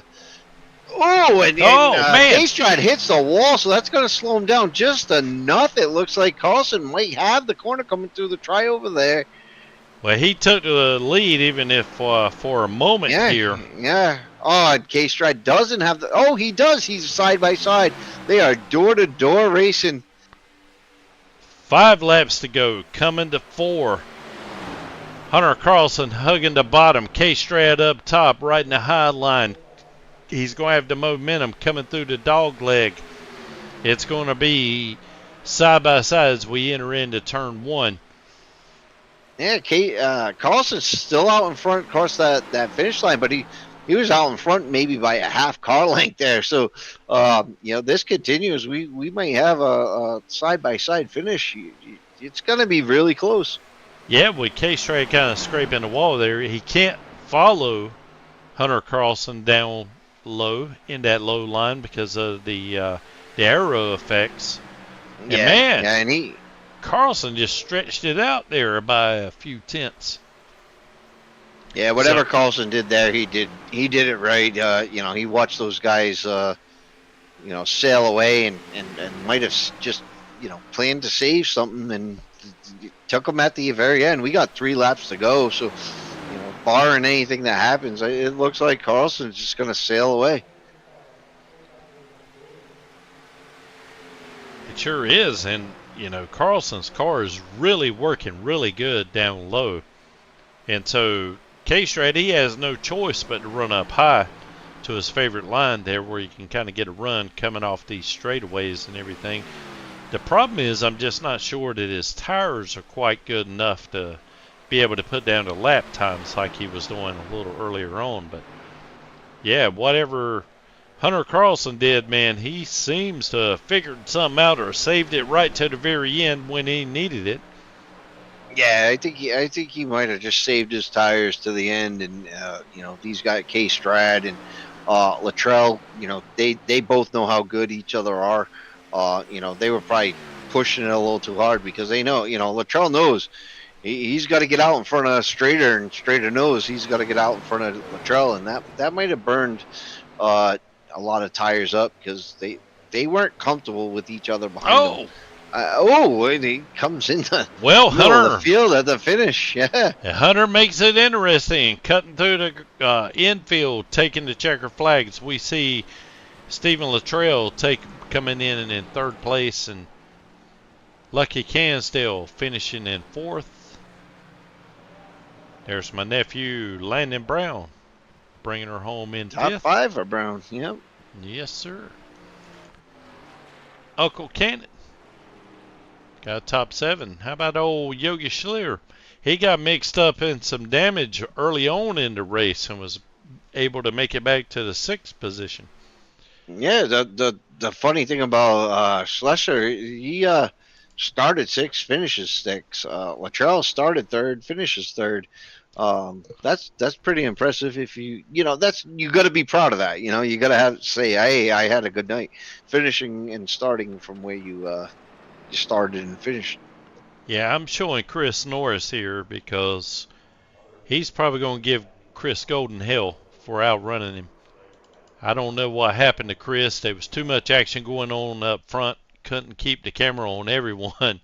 But Chris is probably, they kind of rib each other pretty good. So that's going to be pretty interesting to see on Discord in the coming days. Yeah, you like that villain mentality, but we won't know what really happened back there because the racing up front was so amazing tonight. That's the top 3 right there.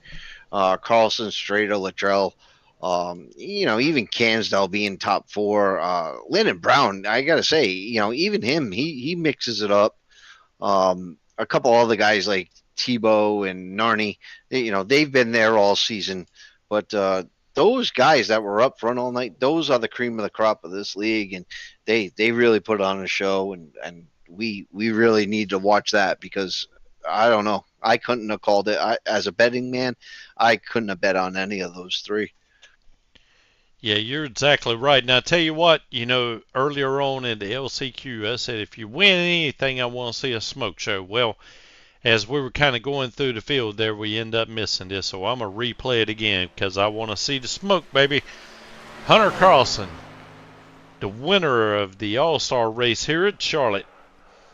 It's going to be hard to get any smoke through the grass, but that's fine. I want to see some smoke and some donuts. Got to give me at least one of the 2. There we go. Now, Hunter Carlson's got bragging rights here, man. This is the All-Star race, and he's got the bragging rights right now to win the All-Star races. I couldn't imagine. I couldn't imagine how he's feeling, and we're gonna hunt him down in a little bit and interview all these guys, first, second, and third. But you got to be proud of all of them, man. They put on a great show, and as he keeps burning it down in the grass, finishing what Hallball started by cutting the grass a little bit earlier. We're going to have a nice clean lawn here pretty soon. That's right. Yeah, he cut it down nice and trimmed there to give Hunter nice smooth surface. Be able to spin her around on there. So anyway, I said bring the heat. Bring me, some donuts and some smoke. Give me a show. He did it, so I rewound it so we catch it. But anyway, here we go. We're back live, man. We'll be right back in just a few minutes. We're going to see if we can't get the podium finishers up here with us. And in the meantime, I'm going to try to keep the mics cut off so nothing gets said that shouldn't be. We'll be right back.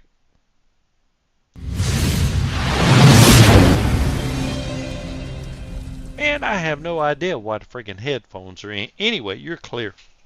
I'm not. Whoops. Sorry about that, people. Haven't said anything. It's just OBS is driving me crazy.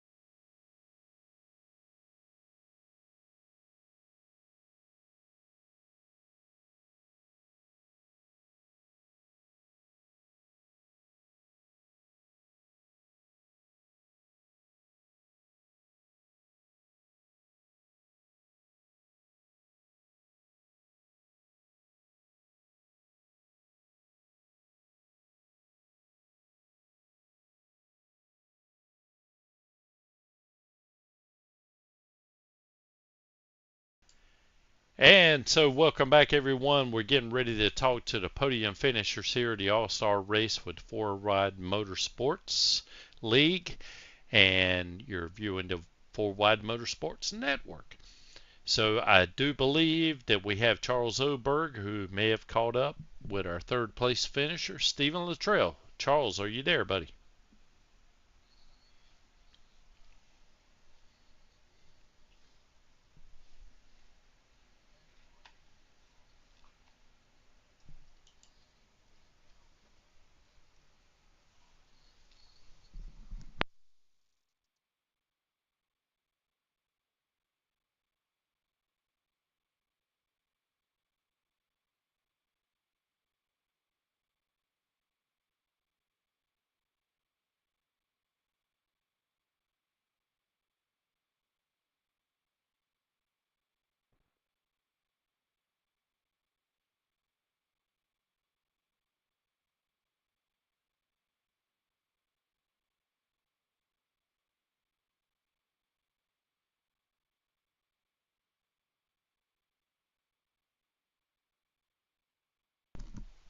Stephen, have you got us there, buddy?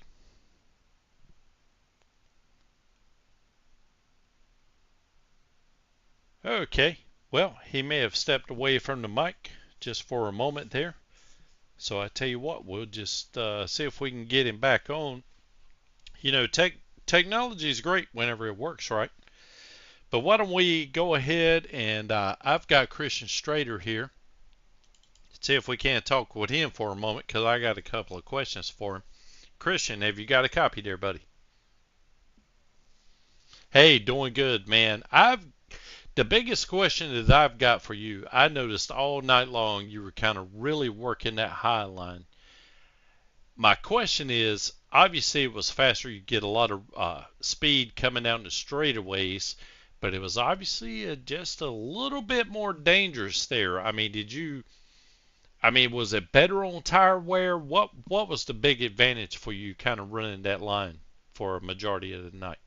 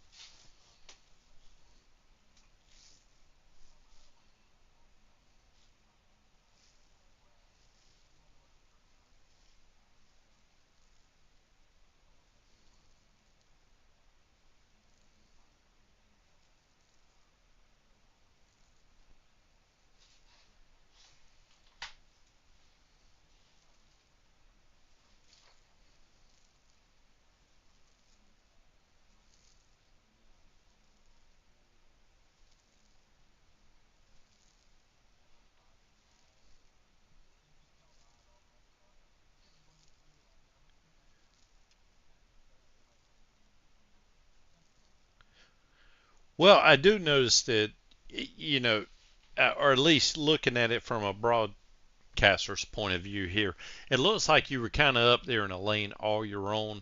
So you didn't have to worry about anyone kind of taking the air off your nose or anything. But at this particular track in this car, was that an issue? Did you have to fight any kind of aero type?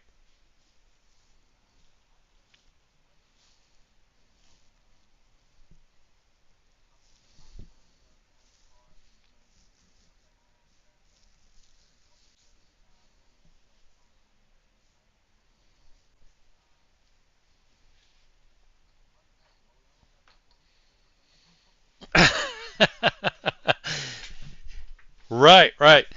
Yeah, I didn't know if that was intentional or not. You know, part of your strategy being able to run up next to the wall. Obviously, it's a little bit more dangerous because there are some marbles up there. One little mistake and you'll, have a stream of sparks coming off your rear end there. But you were definitely able to make it work tonight, and I was just curious about the how much aero, I guess, was affecting these cars on a mile and a half track. because it's like I was telling Charles earlier, I have zero experience with these cars. Couldn't tell you anything about them, but I was just trying to get your driver's perspective from that. Didn't know if it was intentional arrow wise or yeah. I guess you kind of answered the question earlier on. That's just where it felt right.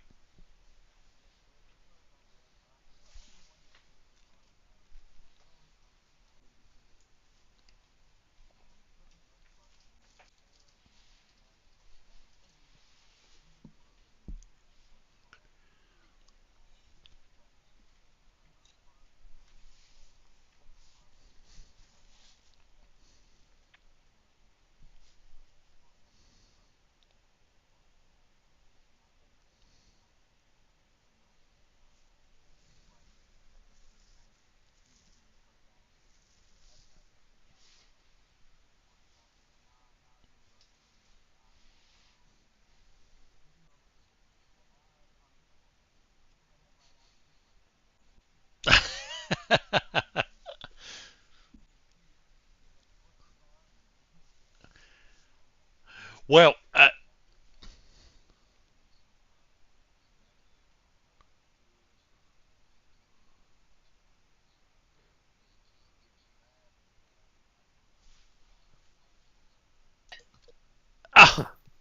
sorry guys.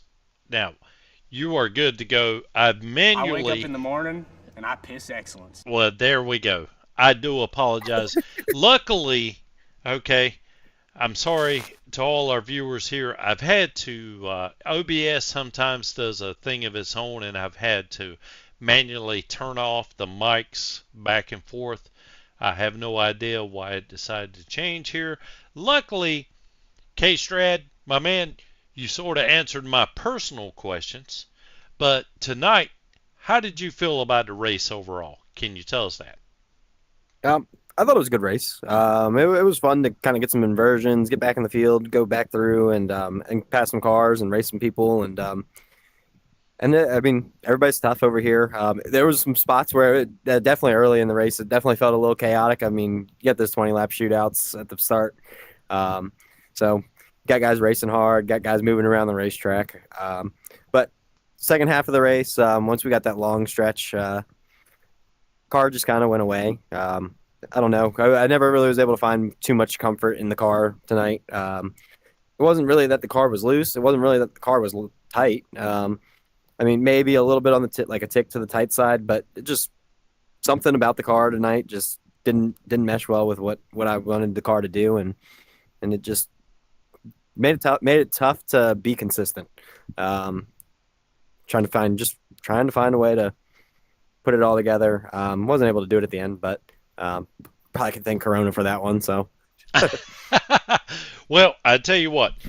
Now, I hate to rehash this because we just have gone through it a few minutes ago. But me as a race fan, if I were watching and the interview was going on and your mic was muted, I would like for you to explain to everyone why you were running the Highline just one more time briefly, if you would. yeah, no problem. I was gonna say, I mean, it just was where the car felt the best for me. Um, I get down to the bottom and the car would be a little bit tight in. I just never felt like I could make any speed on the bottom. So kind of moved up the racetrack. It's a little bit more where I'm more comfortable just racing in general. I've always liked to get up a couple lanes, start getting up by the fence. It's just typically for me. I like just backing up the corner entry, getting up there, and just kind of trying to get a good run off.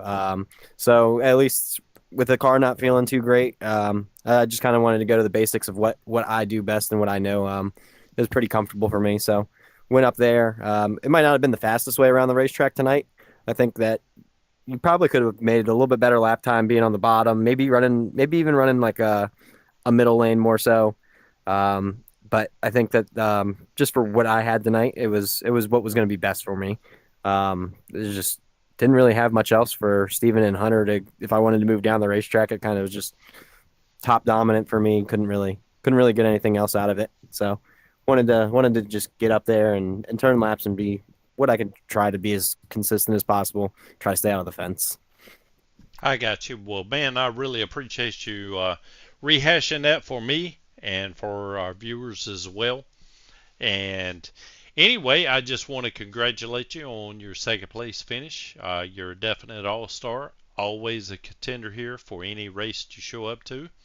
And do you have any sponsors or anything or anyone that you'd like to thank tonight?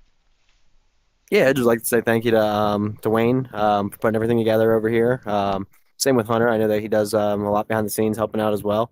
To you and Charles for putting on a broadcast every week and doing a great job with that. And then I'd like to thank Reese's Cups and I guess tonight we'll also thank Corona. They made the night a little bit better. It doesn't matter who finished last, and I probably was going to have a fun time. Trust me, I know what you're saying. Although Corona's not at the top of my list, but we'll save that for another time. Anyway, I think Charles is now caught up with our winner, Hunter Carlson. Charles, you got a copy there, buddy? I do have a copy, but we're gonna save the winner for one more spot because I know we kind of mixed up the broadcast there, and we didn't get to talk to Stephen Luttrell in P3. Stephen, do you have a copy? I do. Can you hear me?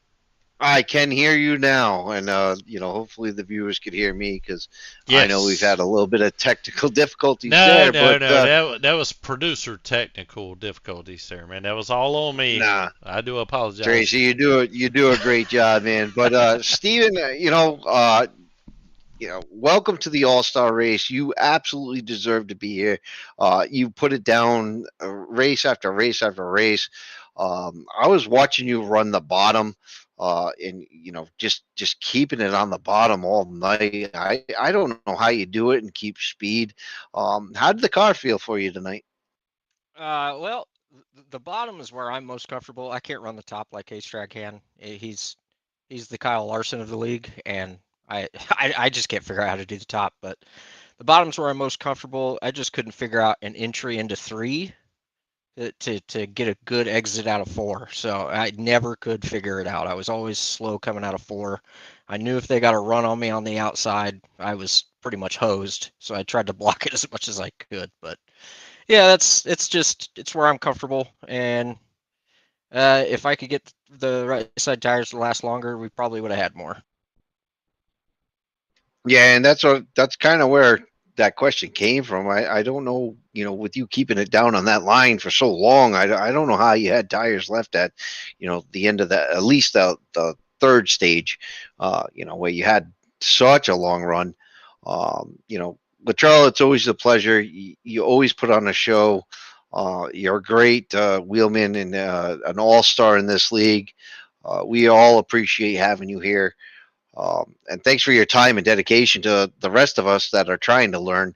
You're always willing to give a hand, but it's your time with the microphone, man. Who would you like to thank?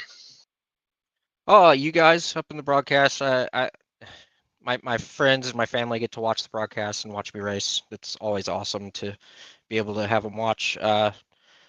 Wayne for putting the league on and everything, and I always have to thank my mom, my dad, my wife, my 2 daughters, and my grandson Mason.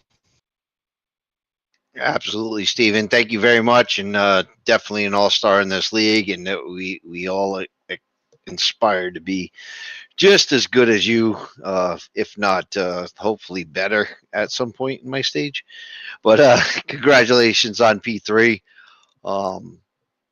So that being said, our winner here is Hunter Carlson. Kind of sat back and watched everything happen and made a run towards the end that nobody could contend with. He just seemed to have the speed at the end of the race, which, Hunter Carlson, you want to walk through those last few laps where you kind of got a run that nobody saw coming. How did that feel for you? Yeah, well, it took me a long time to kind of figure out this car and where you wanted to run. I tried to top. I was okay up there. I probably couldn't maintain, but I couldn't move forward up there and moved down, started making some headway. I was able to get the lead in that second stage, but still wasn't comfortable with where I wanted to be. And battling with Steven there for second for those 10 laps or so, it kind of taught me how to run the bottom there, where to put the left sides right on that line and just kind of paint the line. Because I don't know what it is. I don't know if it's the paint, it has less grip, or I was just catching the apron with the front fender. But it was just kind of allowing the car to turn a little bit more, have a little bit more rotation center off. And I guess I was able to save a little bit more tire than these guys, which never happens. And it feels good to be able to outlast them on tires a little bit for once. And boy, it makes me feel good for next week. Yeah, well, Hunter, you're a winner here in the league in season 1 in the Gen 4s, and definitely an all-star here in the league. And we all look up to you, and appreciate you doing what you do. And unbelievable run tonight. So I got to give you the microphone, and I'd like to hear who you have to thank for all this. Yeah, I want to thank TJ Spainhour over at Studio 86. I want to thank him for allowing me to run so many great looking cars and allowing me to learn and grow as a graphic designer out there. And obviously, thank him for being one of my biggest supporters, and thank him for always watching these races, because I know he gets layover over there on the East Coast, and these races tend to run a little long. But I also want to thank everyone over at Copperhead Racing, Christian Strader, TJ Spano, Brandon McLaughlin, Bradley Young. Sad he didn't have a real good run in the night, but he'll be back next week. I want to thank everyone over at Eastern Technical Designs. Didn't want to forget it this week. Not sure if it's on the car, but thank good old Tracy over there. Want to thank tonight drinking some High Noon, so I want to thank some High Noon, and want to thank everyone over at 4 Wide Motorsports Network. Well, Hunter Carlson, you definitely have the bragging rights in the league right now. Coming away with the All-Star win, that's huge, and you put a target on your back, brother, because I'm sure all these guys are coming for you for redemption next week, because we'll be at the same track, same setup. And congratulations on P1 during the All-Star week. Thank all the competitors tonight. All of them are all-stars. All of these guys are the cream of the crop. Chris Golden, our fan favorite. We didn't know if he was going to make it, but glad he did, because that's another guy that we really do appreciate. All the guys in the last chance qualifier, way to dig it out and run some good laps there.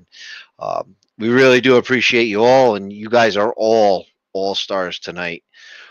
Tracy Brown, what do you think in the closing of this race? I totally agree with you there, Charles, and want to give Hunter a reciprocal shout out. Appreciate you mentioning my business name, man. Eastern Technical Design. If you need some building plans, let me know. And I want to congratulate all three, Hunter, Christian, and Steven, for their finishes. I mean, they put on one heck of a show, man. They were going so hard at it up top that we really couldn't go through the field and watch anyone else, because it was very competitive. Just, especially in the final laps, to see who was going to win. Very, very interesting. And before we sign off tonight, I just would like to, again, bring up a couple of promo images here. So just let everyone know that on October the 25th, we have the Wild West Motorsports Park with stadium trucks. You can sign up today. It's free for everyone. You can go to the 4 Wide Motorsports Discord, and if you look down at the scrolling text down below, you can find a link to message and be able to get in touch with Wayne Cannon, be able to sign up for that. We'll be broadcasting it. I'm trying to talk Charles into helping me out, but I think from his inflection in his voice, he may be leaning towards running that sucker. So I hope I'm not doing it by myself. I need my buddy by my side, but in any case, if he does decide to drive it, That'll be one more competitor out there. And also, just want to let everyone know that Four Wide Motorsports is always looking for drivers. Not necessarily even drivers, because I do know that they also have a little, I'm not exactly sure what you call it, but there is some wrestling involved on the console.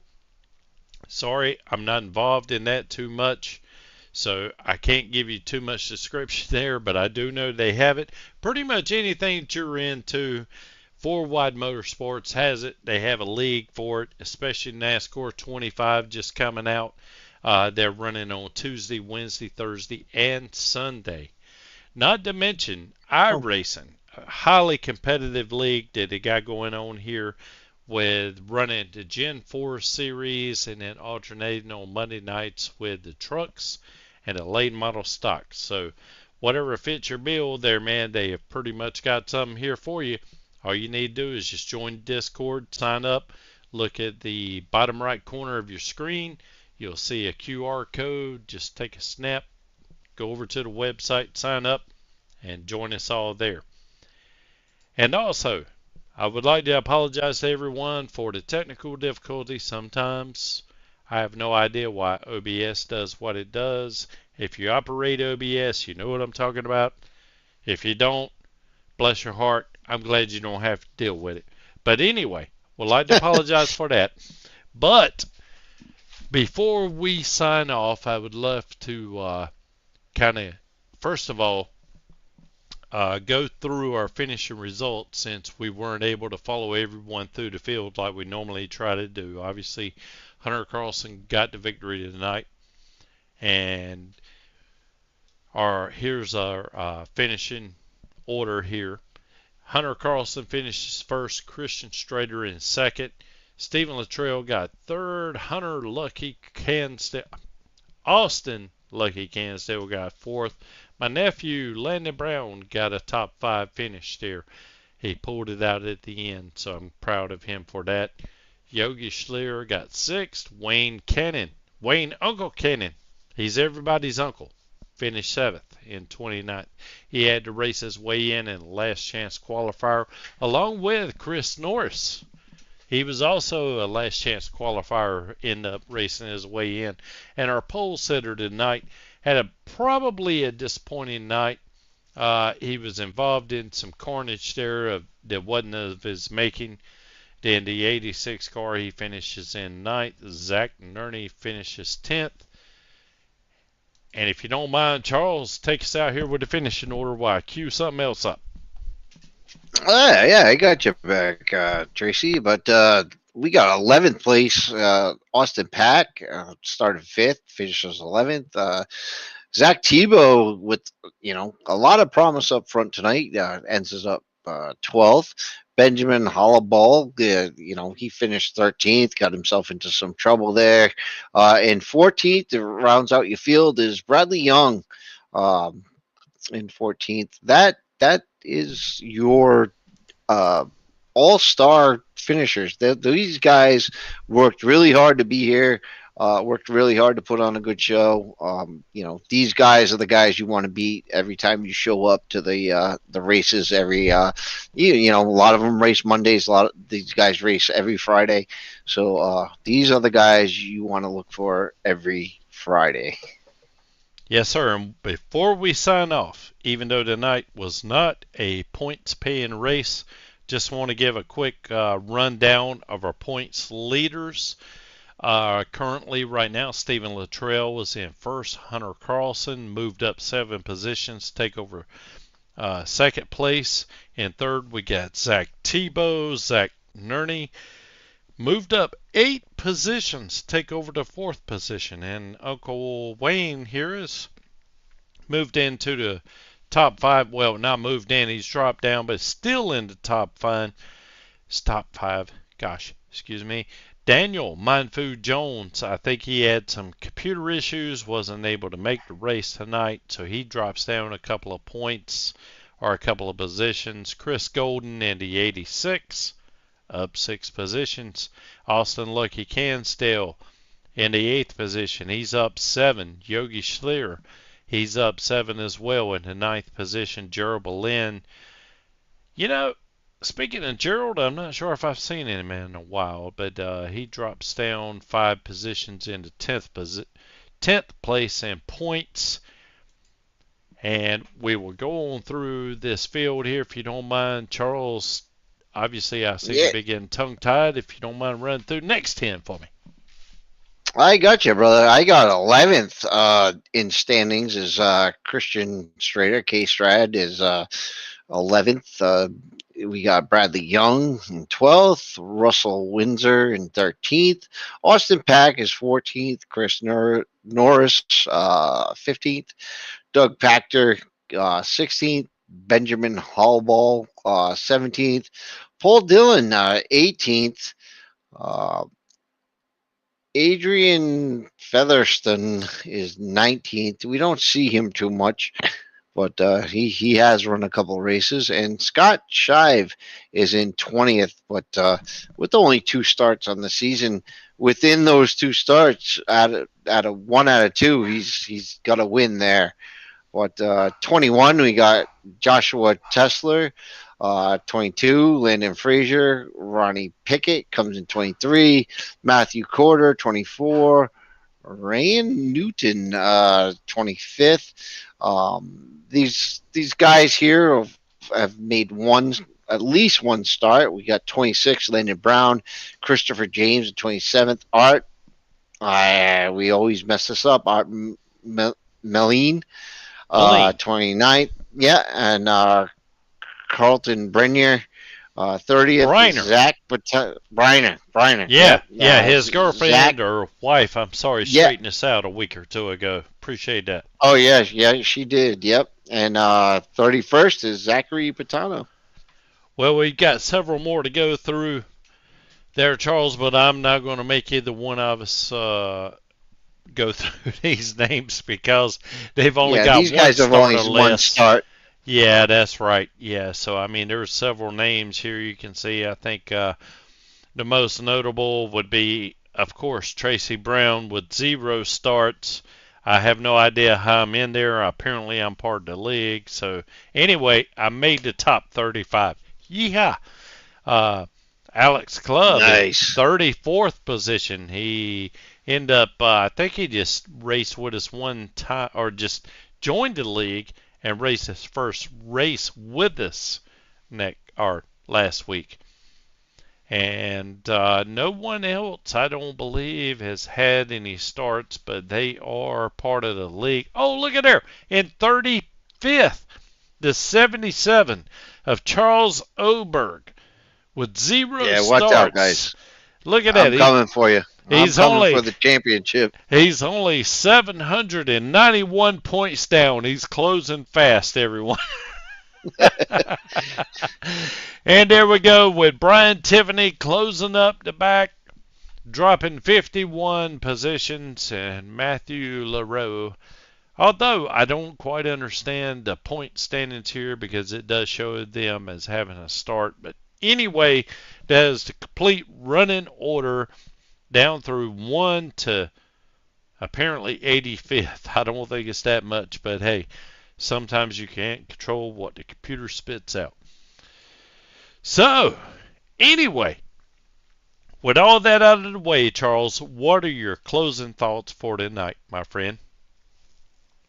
Well, this was an all-star race. One of those races where it's just kind of, showcases the very talent of the league, the top talent of the league. But I just want to give a shout out to the average driver in this league, guys in the back of the field that, really look up to these guys. The fact that these guys in the all-star race really take time, kind of explaining things, guys in Discord during practices, they're explaining different strategies, different lines, different setups and stuff like that. So this league really does help each other. So if there's a league to join and there's a league to cut your teeth on, it's 4 Wide Motorsports. You definitely want to get in here because this league just has so much opportunity for beginners and and experts. So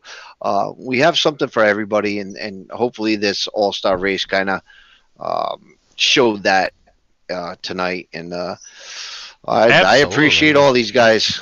Hey, look, before I forget, didn't mean to cut you off there, Charles.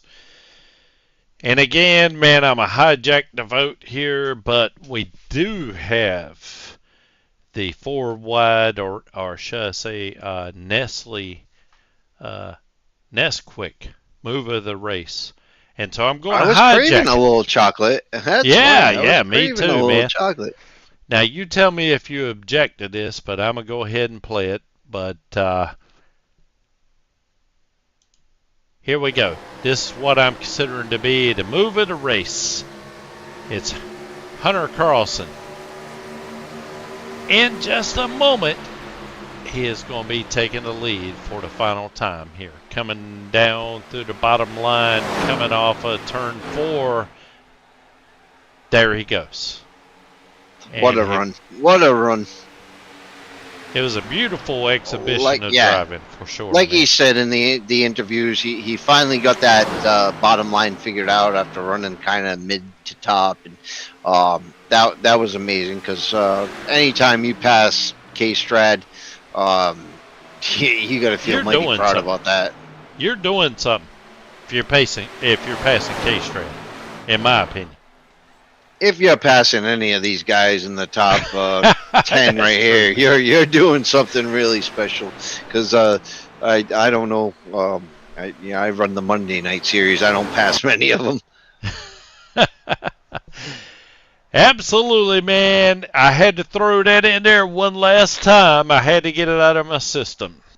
I think I made it the whole race without saying absolutely. That may be the first time in my entire life I was busting at seams.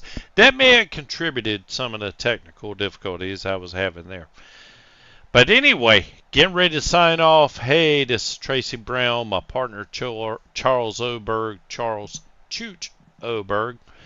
And we look forward to seeing you guys on Monday night. I can't remember now if it's the trucks or the late models, but either way, we'll be there at 8 o'clock on the 4 Wide Motorsports Network. Hope you'll join in. Hope you enjoyed tonight's broadcast. It was a little bit twitchy there, whatnot, but, you know, we're going to get it straightened out one day, and we're going to turn this into a Fox or a TNT production, whichever one is your favorite. Anyway, for Charles Oberg, like I was saying, y'all have a good night, and we'll see you on Monday night. Take care.